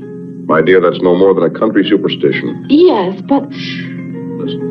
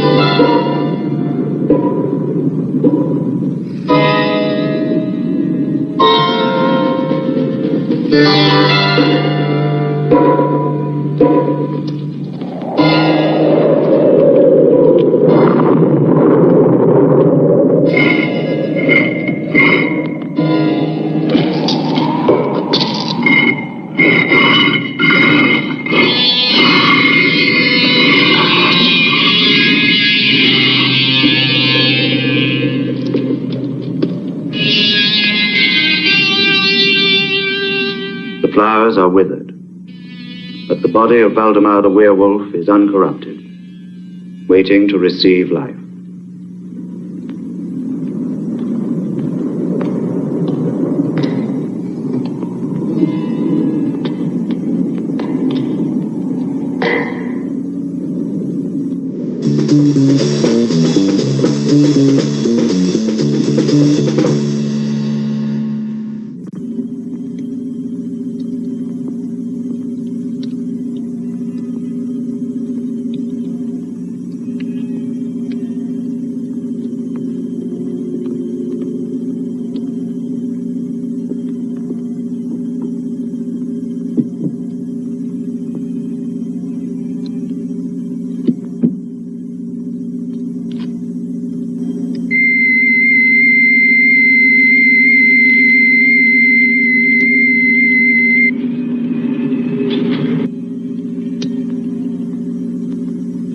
A silver bullet in his heart only immobilized him, left him seemingly dead.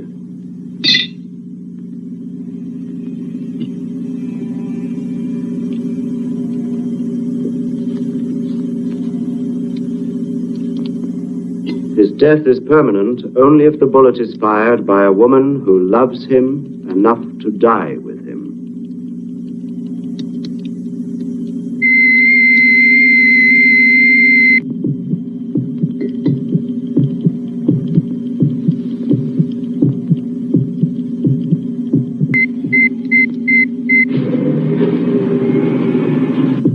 Ilona, you will give him the injection of the serum which will prevent him from being transformed into a werewolf.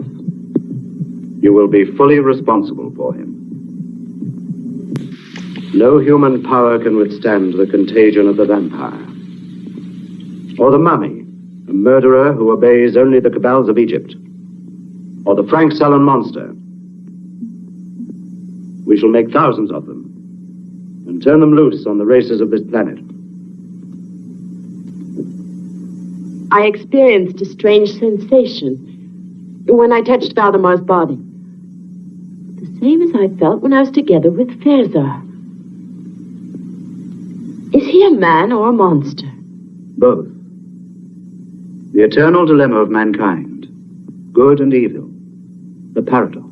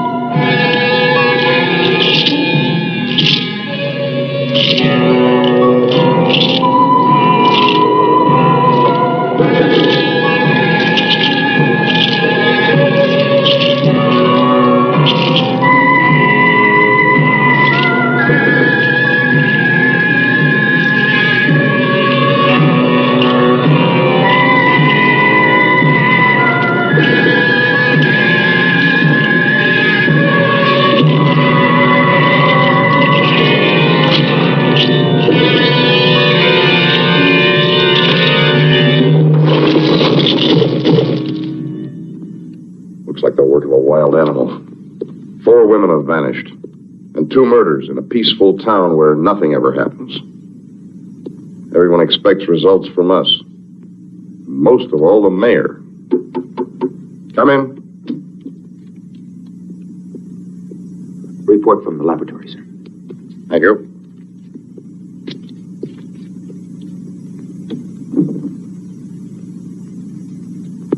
It's incredible. Scientists say that they can't identify the gelatin substance after applying every test known to modern science. But the molecular structure is unlike anything they have ever seen. I've got a hunch about this. Give me a free hand to carry out my own investigation. Oh, just for a few days. Go ahead, Henry. Try to find something concrete. Thanks. And good luck.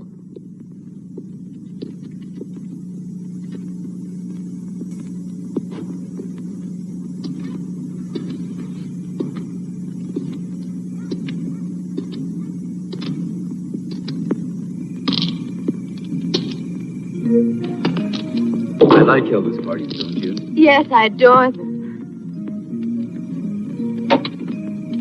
Oh, thank you.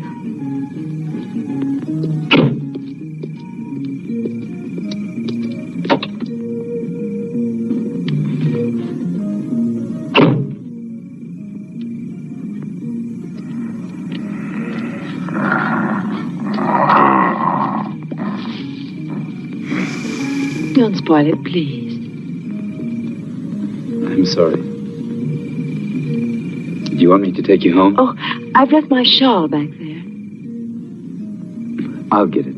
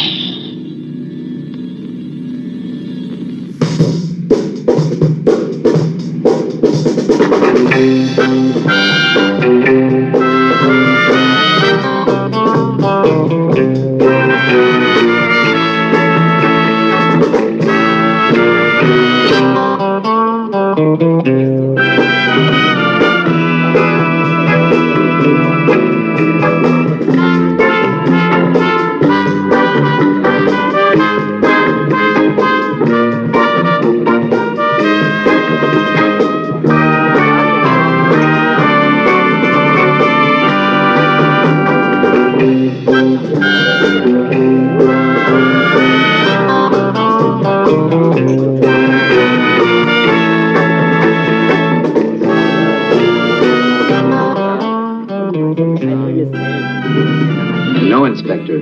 Trudy was a good girl. All the customers liked her. There was a full moon last night. I beg your pardon? Nothing. Anything else? There's a man who comes in here every night. They say he's bought the old monastery. Dr. Varnov. Oh, there he is. Right. Thank you.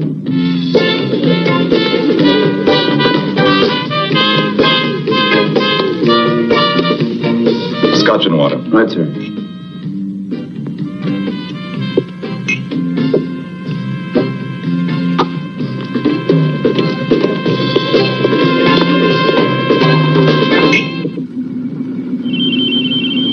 A harmless-looking apparatus.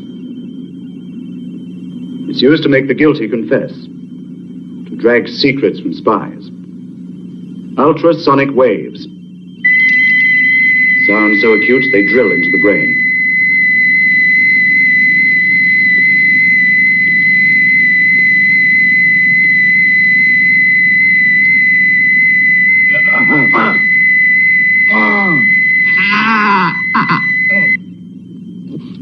On this occasion, we shall use it as a punishment.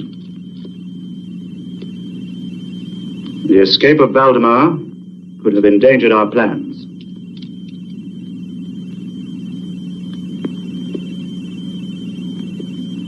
I trust this will be an example.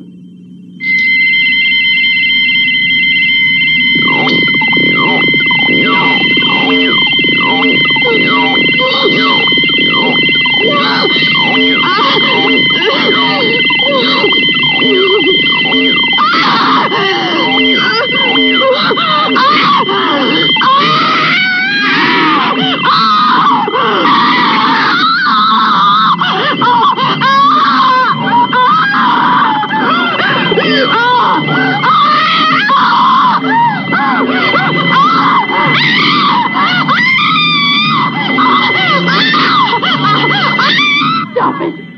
Stop it!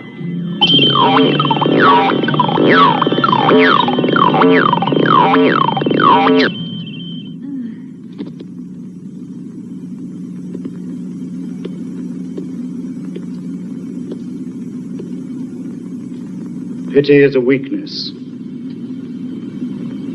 Do not forget it.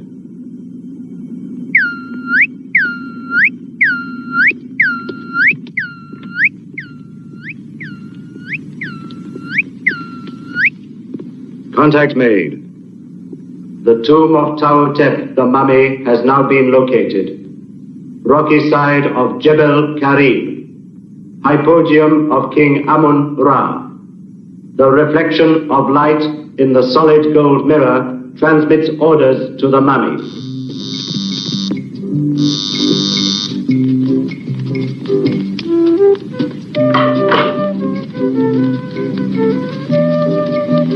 Come in, Martha. Oh, I was expecting a girlfriend. I thought it was her. My name is Henry Toberman. I'm from the City Police Department. I'd like to question you about what happened last night. Come up, please. Excuse me just a moment.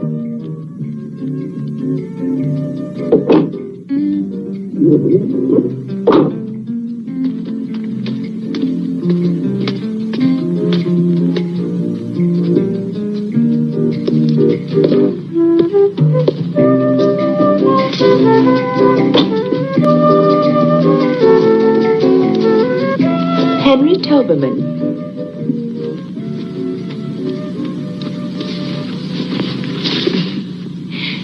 Sit down, please. So, you don't remember me, do you? I'm afraid I... You graduated 3 years ahead of me. Oh, but of course. But you were... I know, don't be afraid to say it. I was a skinny little girl with freckles, and you were the captain of the football team. Oh, that description doesn't fit you any longer. But to get back to business. About last night. I really don't expect you to believe me. Your colleagues didn't. I have a very open mind about this subject. Is there any further information you can tell me? Anything at all? Not about last night, but my father, Judge Sternberg, had an incredible experience when he was young. Yes? He personally knew a werewolf. Personally knew. I'd like very much to speak to your father. You know, there's weird things that go on. Werewolves, how do they die? Silver bullet, correct? You know, or you know, death. You can send like a werewolf to kill another werewolf, and a werewolf kills a werewolf, then a werewolf can die. There's that other way. Logical. There's nothing. But this one has like the most convoluted way to kill a werewolf. You can only kill a werewolf if it's shot in the heart by someone who loves them enough to die for them. And I'm like, what if you're just an asshole werewolf that nobody likes? Does that mean you live forever? You could get shot like 1,000 times and they're like, I don't give whatever. And like and you can't get to them. So yeah. So if the Doctor was a werewolf, he would be immortal. In his logical. I wasn't gonna say anything. Nope. The Doctor tries to be lovable whenever possible, but even the witch knows that's wrong. So, and I think the squinty, the Frankenstein monster, who's like, he doesn't even. He just. Yeah, I don't understand that one. And I would have got it because I know that they're trying to connect us with other werewolf movies and Frankenstein movies in weird ways.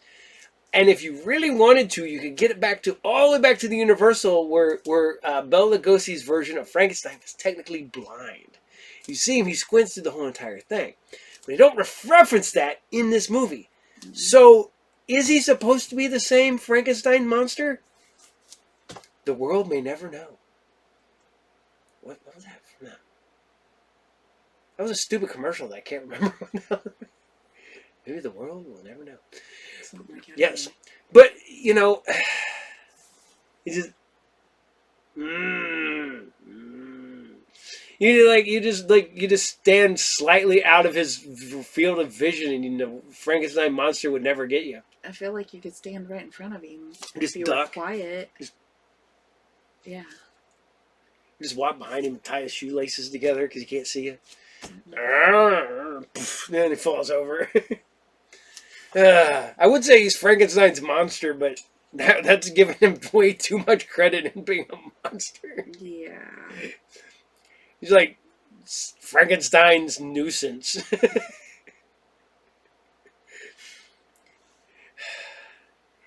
Although I'm gonna talk about something funny. Did anybody remember what was on Netflix when you had Frankenstein's Monster? When David Harbour played Dr. Frankenstein, and you find out that Dr. Frankenstein is the monster. So he becomes Dr. Frankenstein's monster. I did not catch that one. Yeah. It's only like 40 minutes long. It's real short, but it's dumb. Okay. But this is almost, I would say that, but that would give the monster way too much credit. I will put it this way. They put money in sets. That must be where all the budget went. We got lab stuff. What do we got? We got a Jacob's ladder over there. We got an oscilloscope. Yeah, an oscilloscope to show a heartbeat. Mm-hmm. I'm not a rocket surgeon or a brain scientist, but I know that you do not use an oscilloscope to show heartbeats. No. But yet again, they've made way more movies than I have because they've made one. There you go. And they're like, we have the actor from the day the earth stood still. And the Wolfman. And the werewolf. Mm-hmm. And I'm still going to point out something to you. The movie is called Dracula versus Frankenstein. Assignment Terror. Mm-hmm. Mm-hmm. Just letting you know, if you're still unaware, because that has not happened yet. We'll talk about it again at the end. So, we're gonna let you have at this movie, because we feel like that you've been through enough. Yes. And if you feel like you've been put through too much, lawyers will be available to take care of you and your suffering to which you've gone through with this movie. You can try to recommend a good psychiatrist. I don't know. The doctor doesn't have one. So we're gonna unfortunately let you go back to this movie, and I guess it's almost over. It's almost over. Your suffering will end by the time this is over, and you don't have to hear me do this horrible accent anymore. Yeah. What accent is it? I have no idea. It's Eastern, it's North Southern Eastern European, but hillbilly. Something. Enjoy. Your father.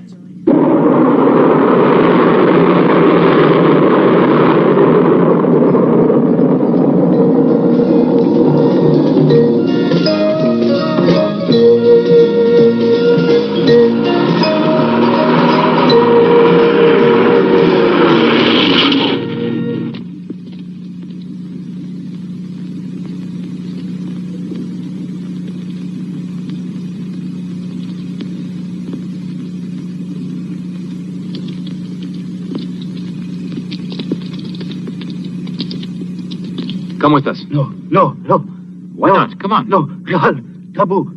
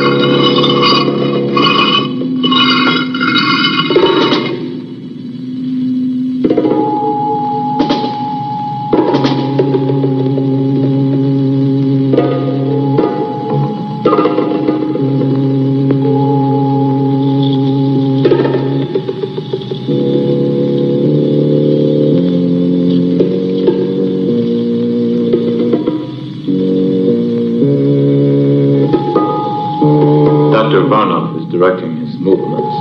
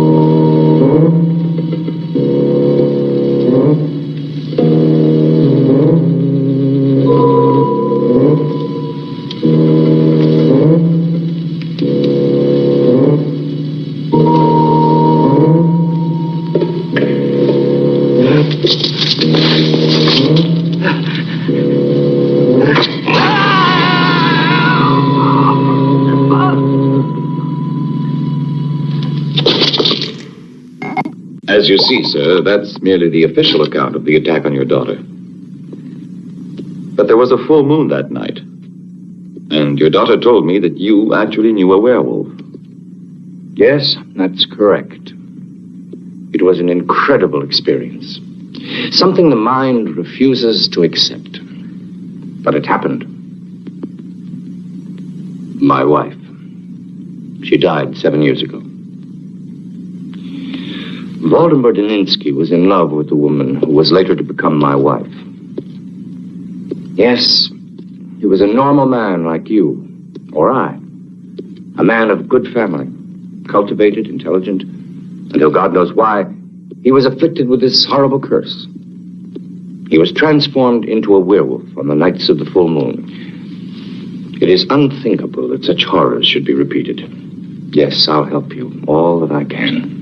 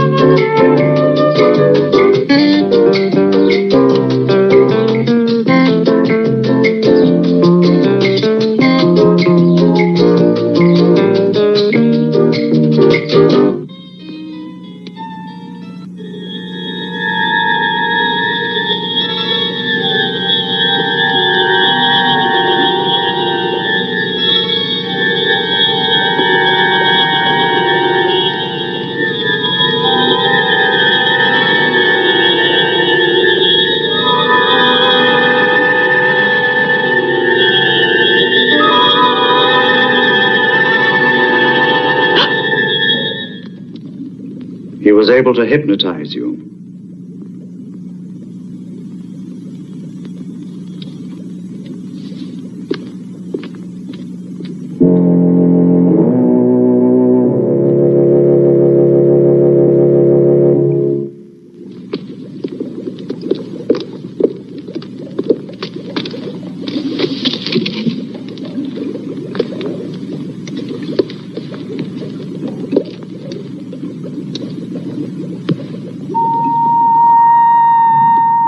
There's one danger we must guard against. We are occupying the bodies of Earth people, creatures of a planet much younger than ours. Their feelings and emotions are very strong. They're impulsive and unpredictable. We must be constantly on our guard.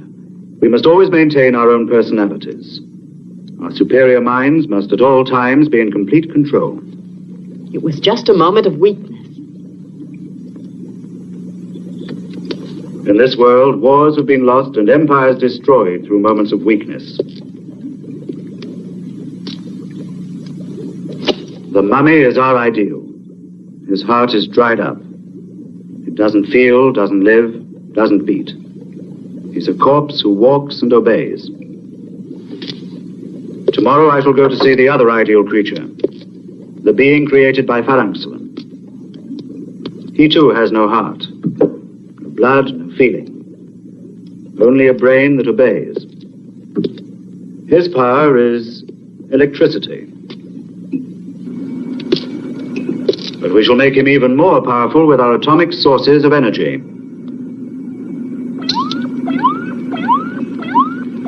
I shall take Valdemar with me. You and Kyrian can look after things here.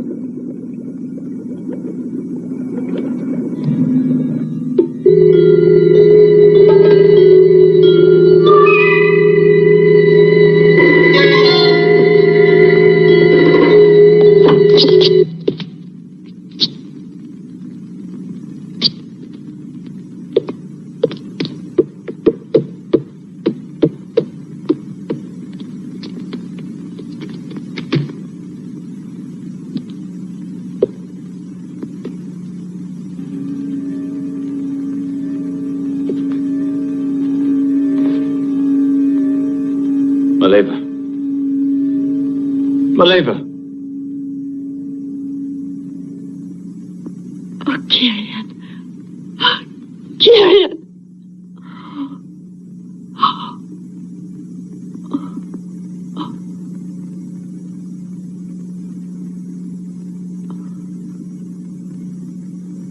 Well? I just got the lab report on the girl who was murdered near the nightclub. So? The strands of hair that we found under her fingernails weren't human. They came from some kind of animal. Yes, well, that about clinches it. We'll head for Blaustadt immediately. There's something there I've got to check. Ilse will go with us. I don't want to leave her here alone. She can stay at Superintendent Gluck's. Good. She'll be safe there? She will.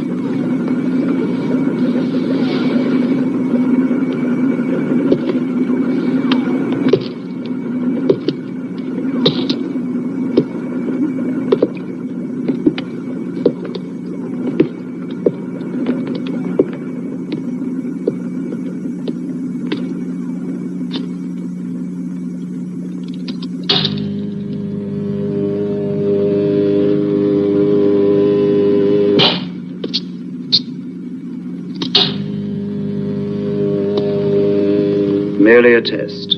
We shall soon find out if he obeys orders.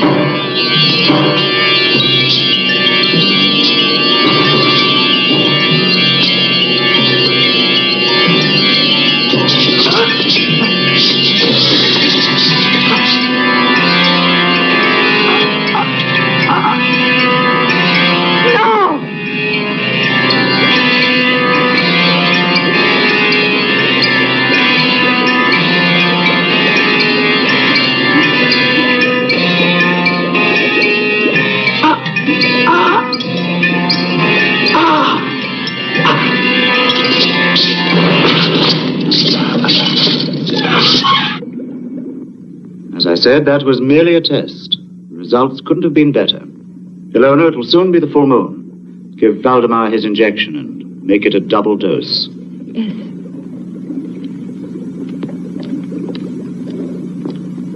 That was a cruel test.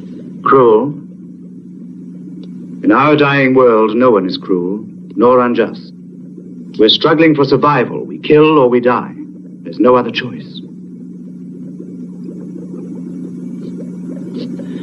I'm afraid the system of reincarnating the beings of this planet will create problems.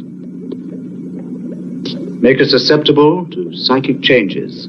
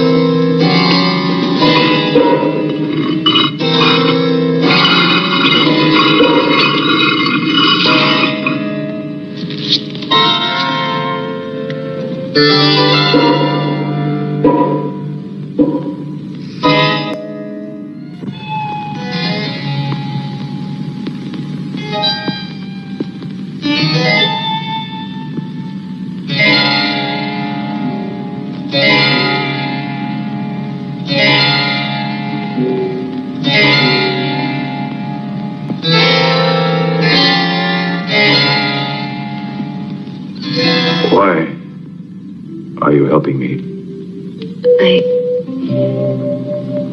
I really don't know.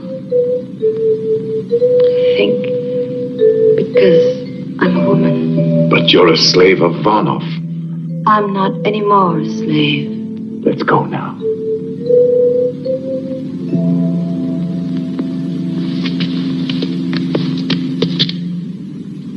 Don't be afraid. I'm not here to stop you. Go. Go on.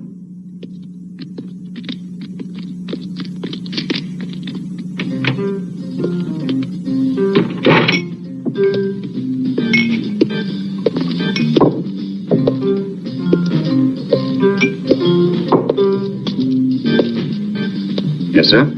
Vodka.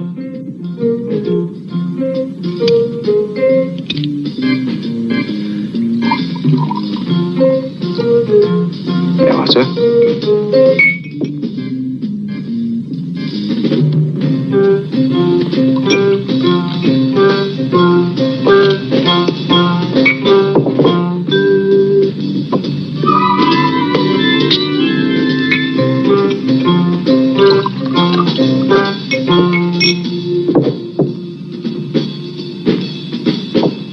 Give me another.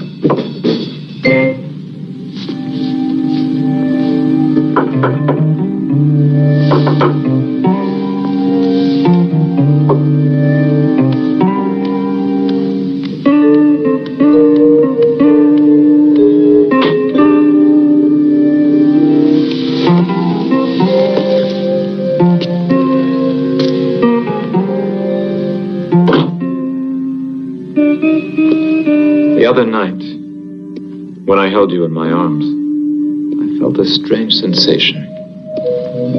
Something indefinite, haunting. I know what you mean. Well, as if we'd loved each other previously.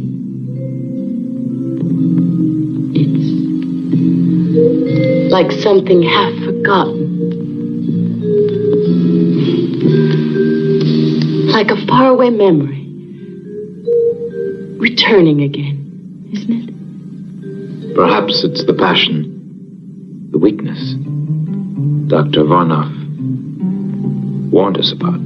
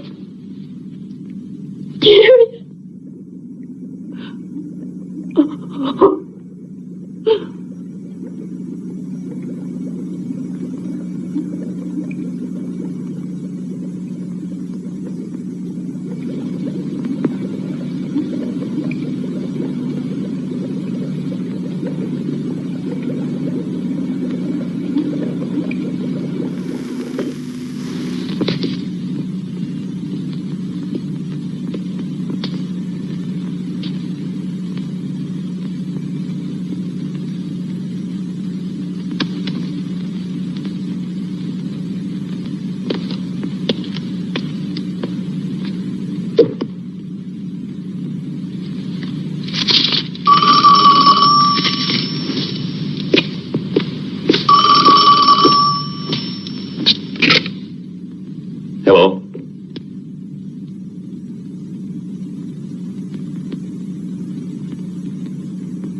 What?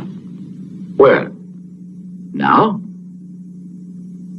Stay there. I'll be right over.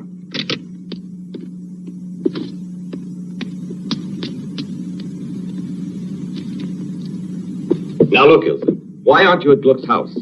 I'm tired of being locked up like a prisoner. What's going on? My father won't tell me anything. Your father has a very good reason. We don't want you staying here alone. I'm not alone now, am I? Why do you think I called you?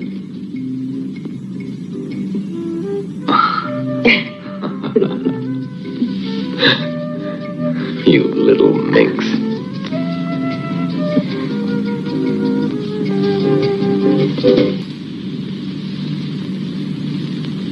This is not intended as a punishment, although you might well deserve one. You allowed Ilona and Valdemar to escape. We'll never accomplish our mission if you act irrationally, if you let yourself be dominated by emotion. Do you understand why I must do this to you? Yes. I'm a woman with a woman's intuition. You will have to do it for the same reason you killed Kyrian. You were jealous of him. That's why you want me to forget him.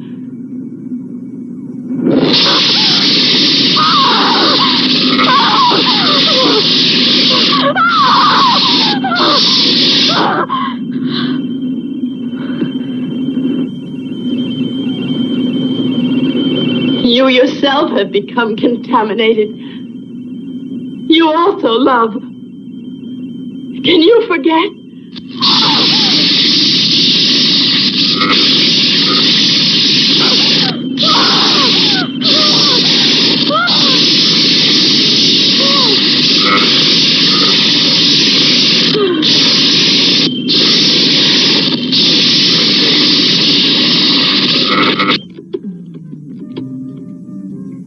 You'd better get dressed. Superintendent Gluck. Oh, Superintendent? No. She's all right. She's at her own house. How do I know? Well, You'd better get up and get dressed. No. She's all right, Chief. Get dressed. I'll assume full responsibility. Get dressed. No, Chief. No. I haven't been drinking. No, sir. One other thing. I found out last night that some strange foreigner bought the monastery. Yes, sir, that's right. Dr. Varnov. I think we ought to check it out. Yes, sir. Yes, sir. Right away, sir. You, sir. Will you please get dressed? Don't you like me without freckles?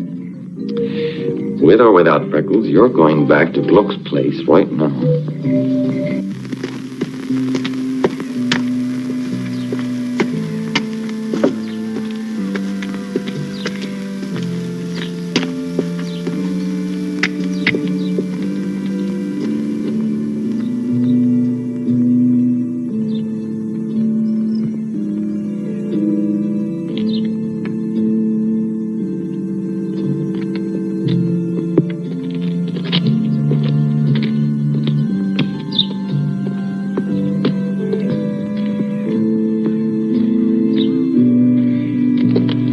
I found out Sternberg's address. He's the district judge. You've decided? If you're caught, you'll be arrested. You know that. I know. I'm cursed. We've no future. No. There's none. There's no future. I can only find peace if a silver bullet is... It's fired by a woman who loves you enough to die with you.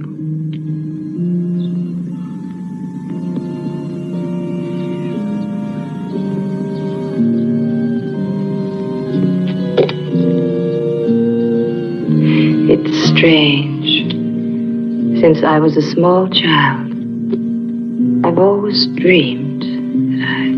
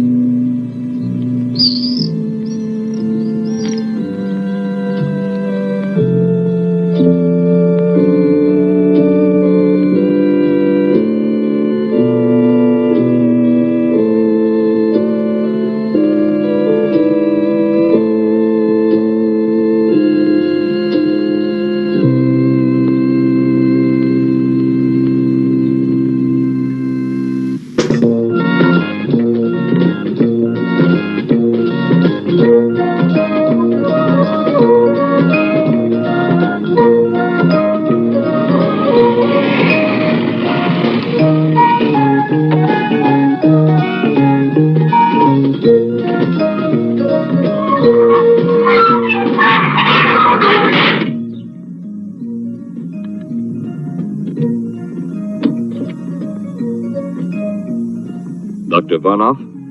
Please come in. Dr. Varnoff is waiting for you.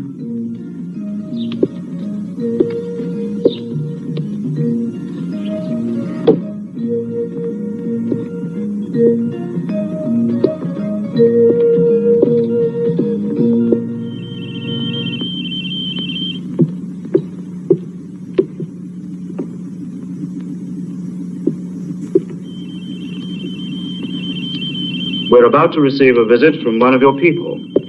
One of my people. In a sense. The system of incarnation is not perfect. There's a flaw somewhere. Something of the alien race remains. A certain sensitivity to physical contact. Perhaps an imperceptible reflex to tones of voice. To the expression of the eyes. Something I cannot quite define. Do you think of me as an enemy? No. You're an individual under my domination, which is quite different from being an enemy.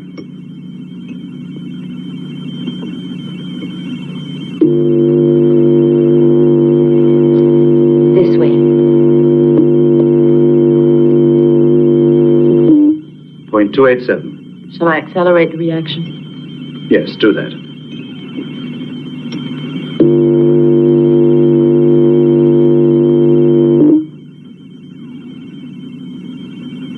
Point 87. 2 cubic centimeters. Good afternoon, Inspector Tobelman.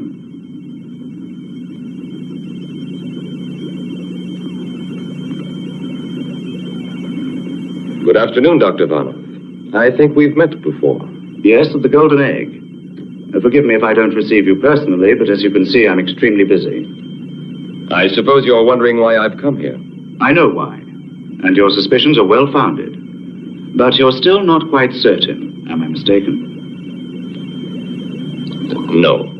You seem confused, Inspector Tobelman. Perhaps if you looked at the screen behind you, it would clarify matters. Would you believe me if I told you we've come from the planet Umo, some 14 light years distant?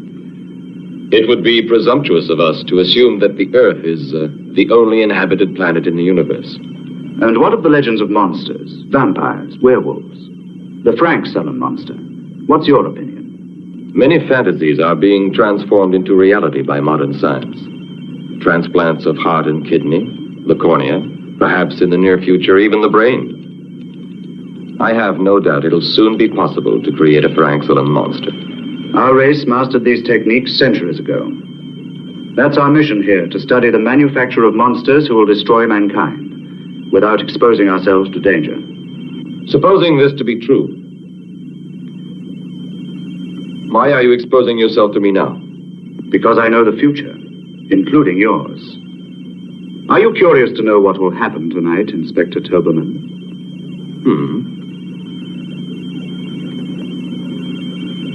You recognize her? Ilse.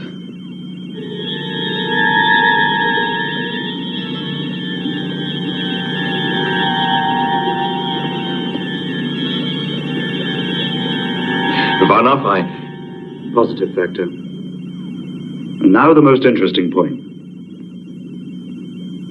Observe.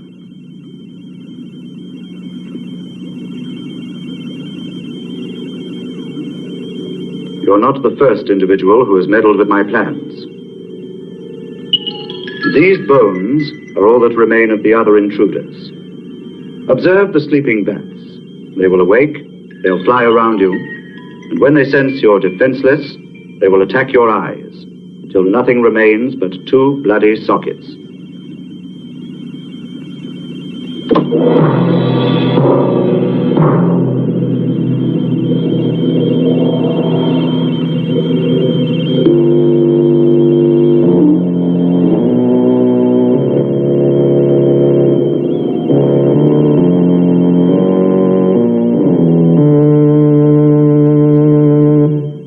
Incredible, isn't it? Yes, exactly that.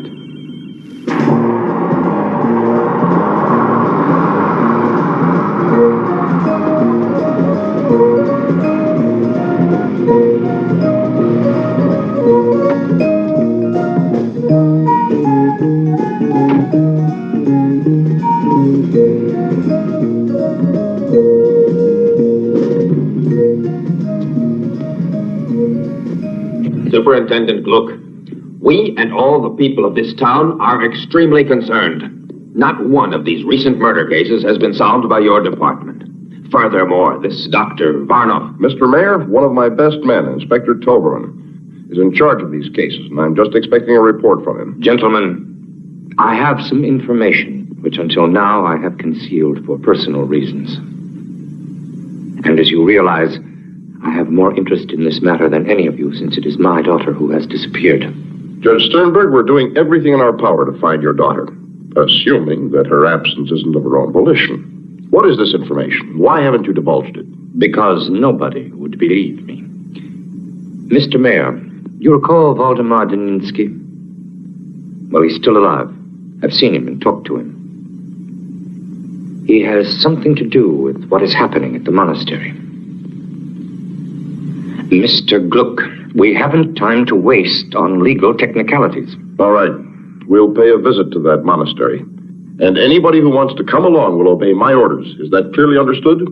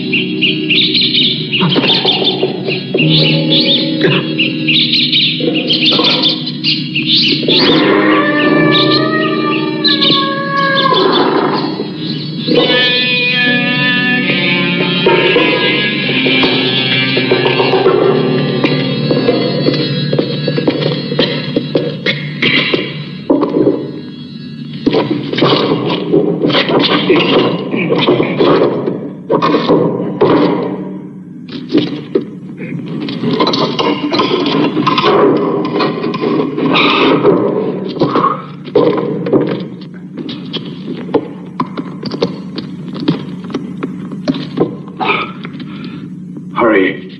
The full moon is not going to wait. Where's Ilsa? I don't know. Maybe in the cellars.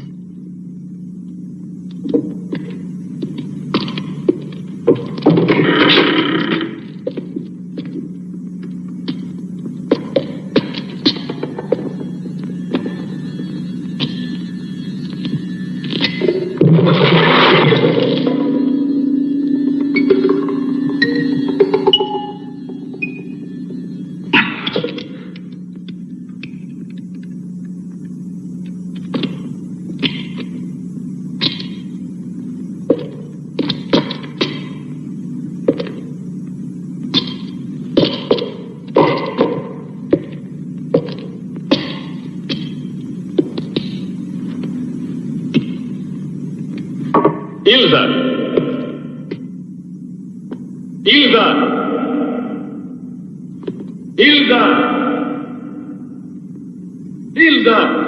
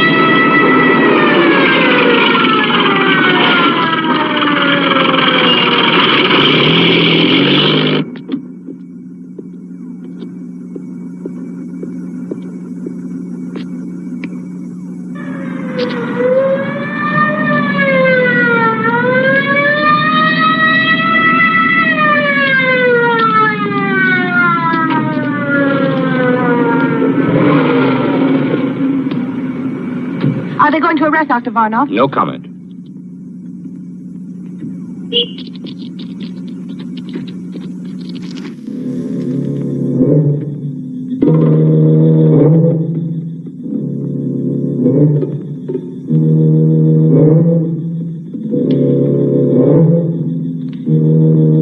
Hilde!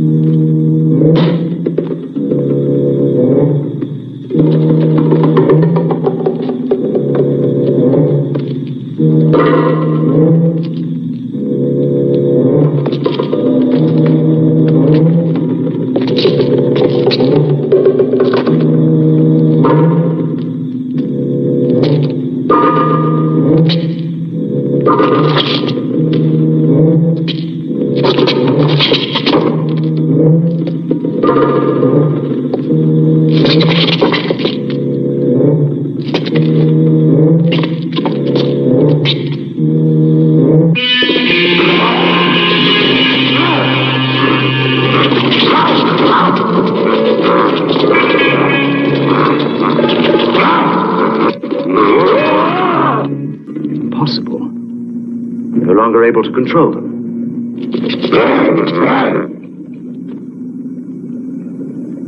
Phalanxolin.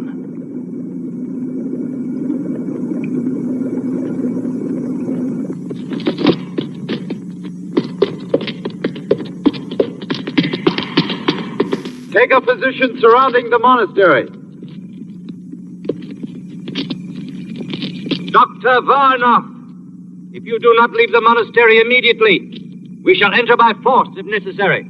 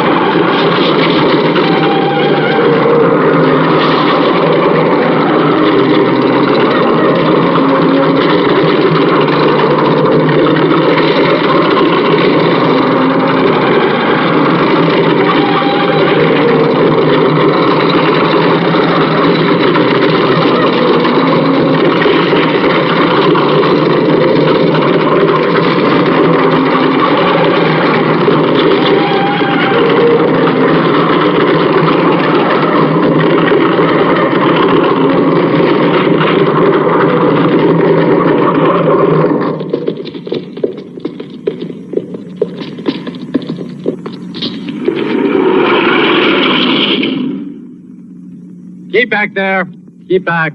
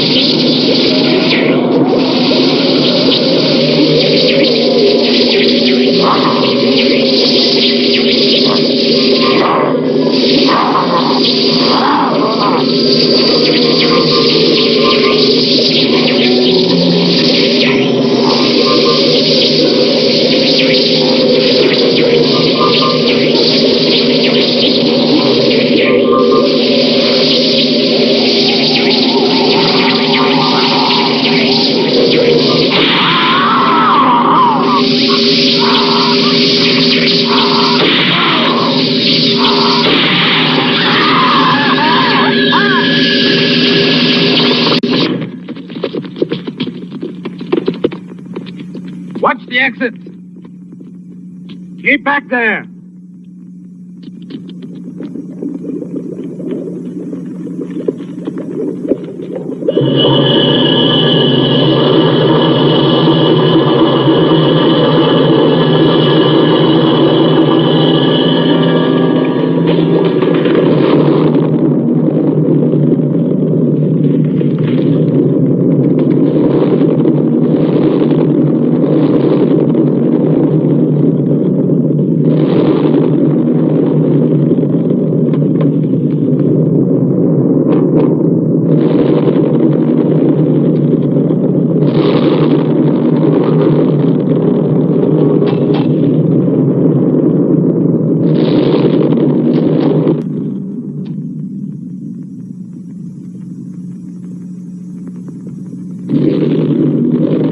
We're trapped. When those two clouds of gas meet...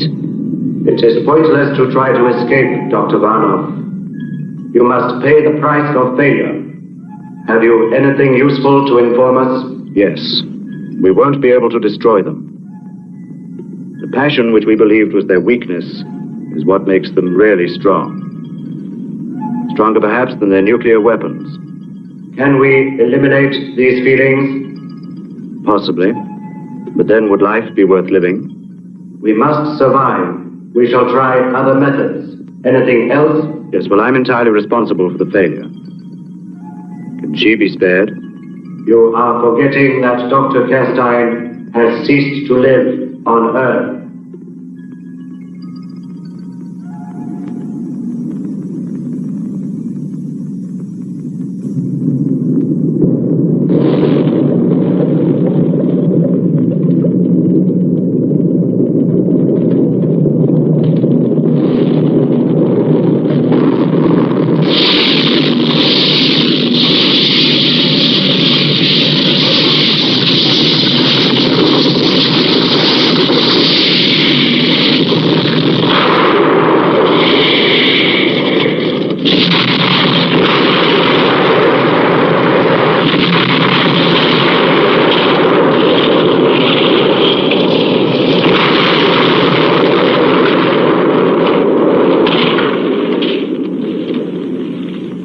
While there are men willing to sacrifice themselves for others, nothing will destroy us.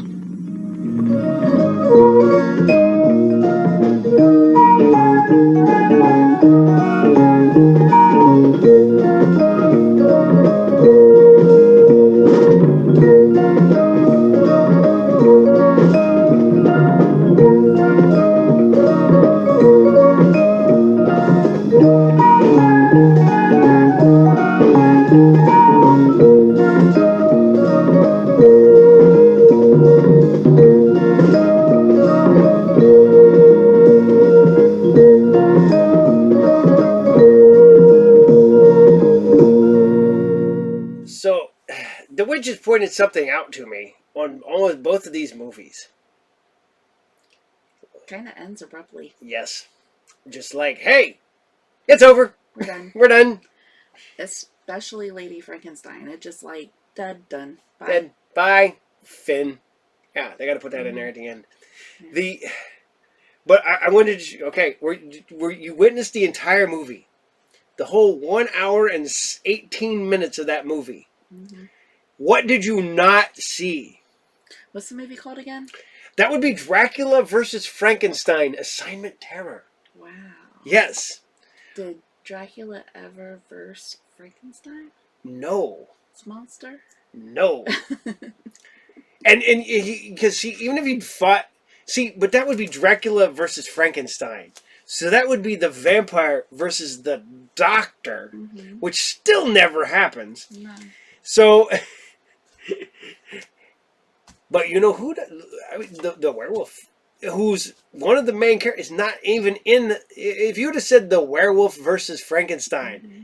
that at least would have made some sort of sense. Yes. Yes. But this one does not. No. Maybe they were going in that direction, and it just I never got to that point. I think if they would have had money, because there were other monsters. Mm-hmm. You notice they have the mummy.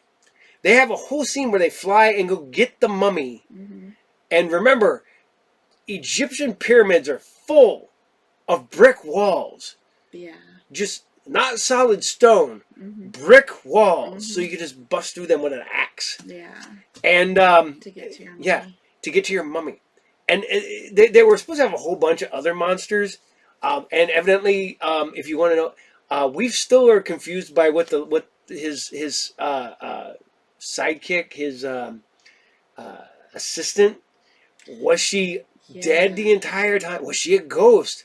Was she a figment of his imagination? No, she just fades away. She didn't even fade away. She just said, boom. You almost expect to hear, boop, and for her to disappear.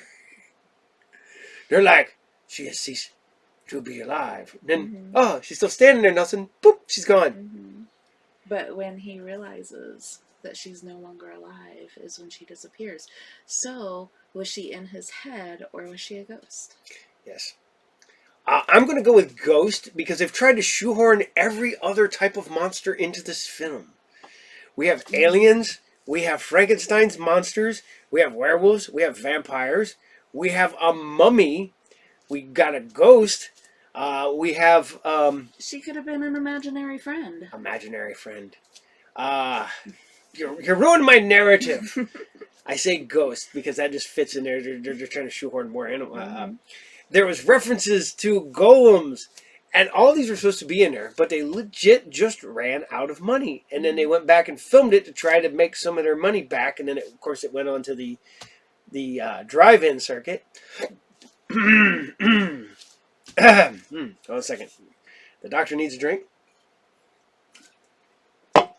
The drive-in circuit, where I seen way too many inappropriate movies when I was like 6. Yeah, 100%. You know, the funny part about the drive-in circuit is I did get to see, you know, your standard movies, your first run movies, but they would sometimes tack on an older movie at the end. You know, but at a certain point, the drive-ins were like, nope, you just get two movies. You get a first run and a second run. You know, and I would love, the doctor would have loved to live like in a time where I could go see actual drive-in movies at the drive-in. I mean, I can go get my projector and I can go outside and make it my drive-in. But there was just something cool about that. Inherently cool about the drive-in. I still love the drive-in. Yep. Our local drive-in is gone now. Yep. Went away. Very sad. Now we got to drive like 40 minutes to the nearest drive-in. Not quite that far, like 35 minutes. 30 minutes. Yeah. But we don't get to see horror movies. We just go see the first run movies. That's one thing I would love to have done in my lifetime, is own a drive-in, just so I could just show bad old movies all year long. If you're willing to sit in your car and freeze your butt off, I would run movies for you. That he would. I've legit sat in a car and watched movies at the drive-in, and it's been like the windows were frosting up. It was so cold. That's what I've done. I've also turned my pickup truck into a pool and turned it in there backwards and sat in my truck full of water. Of course you did. Because it's all about going to the drive-in. That's why we do the Diabolical Double Feature Show, because that's what we grew up on. Absolutely. And we're big fans of that whole feel and aesthetic. It was fun back when I was a kid, and we would pop popcorn and fill the grocery bag. And when it was cool, we would pull the cheese out of the macaroni and cheese and sprinkle that in the bag and have cheese popcorn. See, kids, at one time, you could go to the grocery store and get a giant brown paper bag. You can still get them. You can still get them, yeah. You gotta ask They're just not default. Yeah, they're not their default. And we would just go and fill that, shoot the crap out of it. And that was before microwavable popcorn. So we had to pop that in a popcorn popper. Or a skillet. Yeah. See, we had the old school one. We had the popcorn. It had the clear bucket on the top, and we had the kettle, and we would put butter flavored Crisco in it, and then put the popcorn in it, and then you would just flip it over, Yeah. and then see, you would that have was fancy. yeah. Even though it was like 900 years old when I was a kid, I think it was from like the early 60s. Yeah, my dad was Southern. It was In done a it on skillet. the stove in a cast iron skillet. See, I made a mistake when I was a kid because butter flavored Crisco smelled and tasted like butter when you put it on things. It, however, does not taste like butter when you were to eat it. No. One of the doctor's first experiments that went south so very badly. You know, we need to bring more of the Diabolical double feature show to these great people out there. Because we'll just knock the captain off and make it so that this shows up once a month. I don't know. Because I don't want to make the witch go through this and watch these horrible movies with the doctor. Yeah, the witch is very much reconsidering how she spent her evening. Yep. She's like, why did you make me watch this? I was like, because you love me? At least he took me out to dinner earlier. Yes. Yes, yes. The doctor and the witch have celebrated 32 years of being in one another's presence. And, yes. This month. This month. October. This woman puts up with me for 32 years.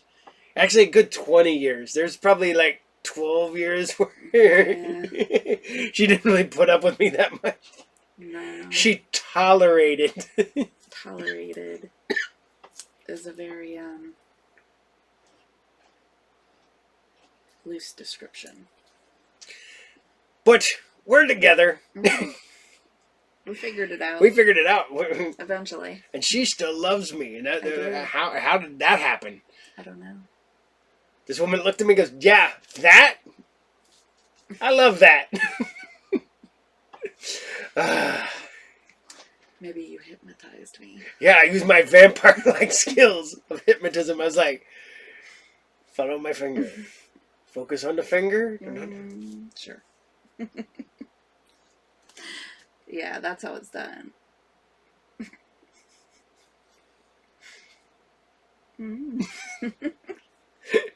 Don't scare them like that. Jeez.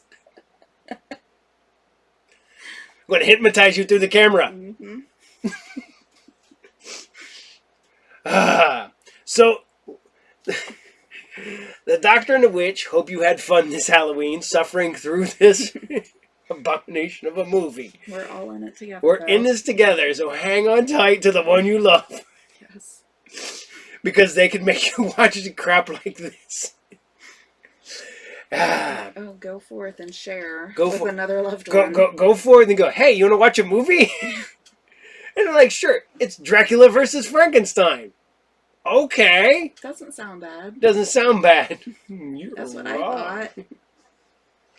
He tells me the movies to watch, and I'm like, okay, yes, I can do that. No. And then she's like, what did why you did you do that to me? This is mean and evil. I mean, Lady Frankenstein wasn't bad. Yes. Lady Frank. See, I always give you that first taste of goodness. Yeah. And then we're like, you tricked me. That's what it was. And then we pull the carpet out from underneath your feet on the second one. Yes. So, we're going to bring you to an end tonight. We all want to say Happy Halloween. Happy Halloween. From the Doctor, the Witch, the Captain, and the Vince, who are not here. Nope. Especially the Captain. I don't know where he's at. No. Haven't seen him in a while. No. So, and remember to like, share, and subscribe. Hit the bell icon, all that funness. And if you want to help with the suffering and all the crap we went through, remember, we have Patreon. Okay. Remember, that's how we're going to hypnotize you. All right. So, from the Doctor and the Witch, Happy Halloween and good night. Good night. Bye.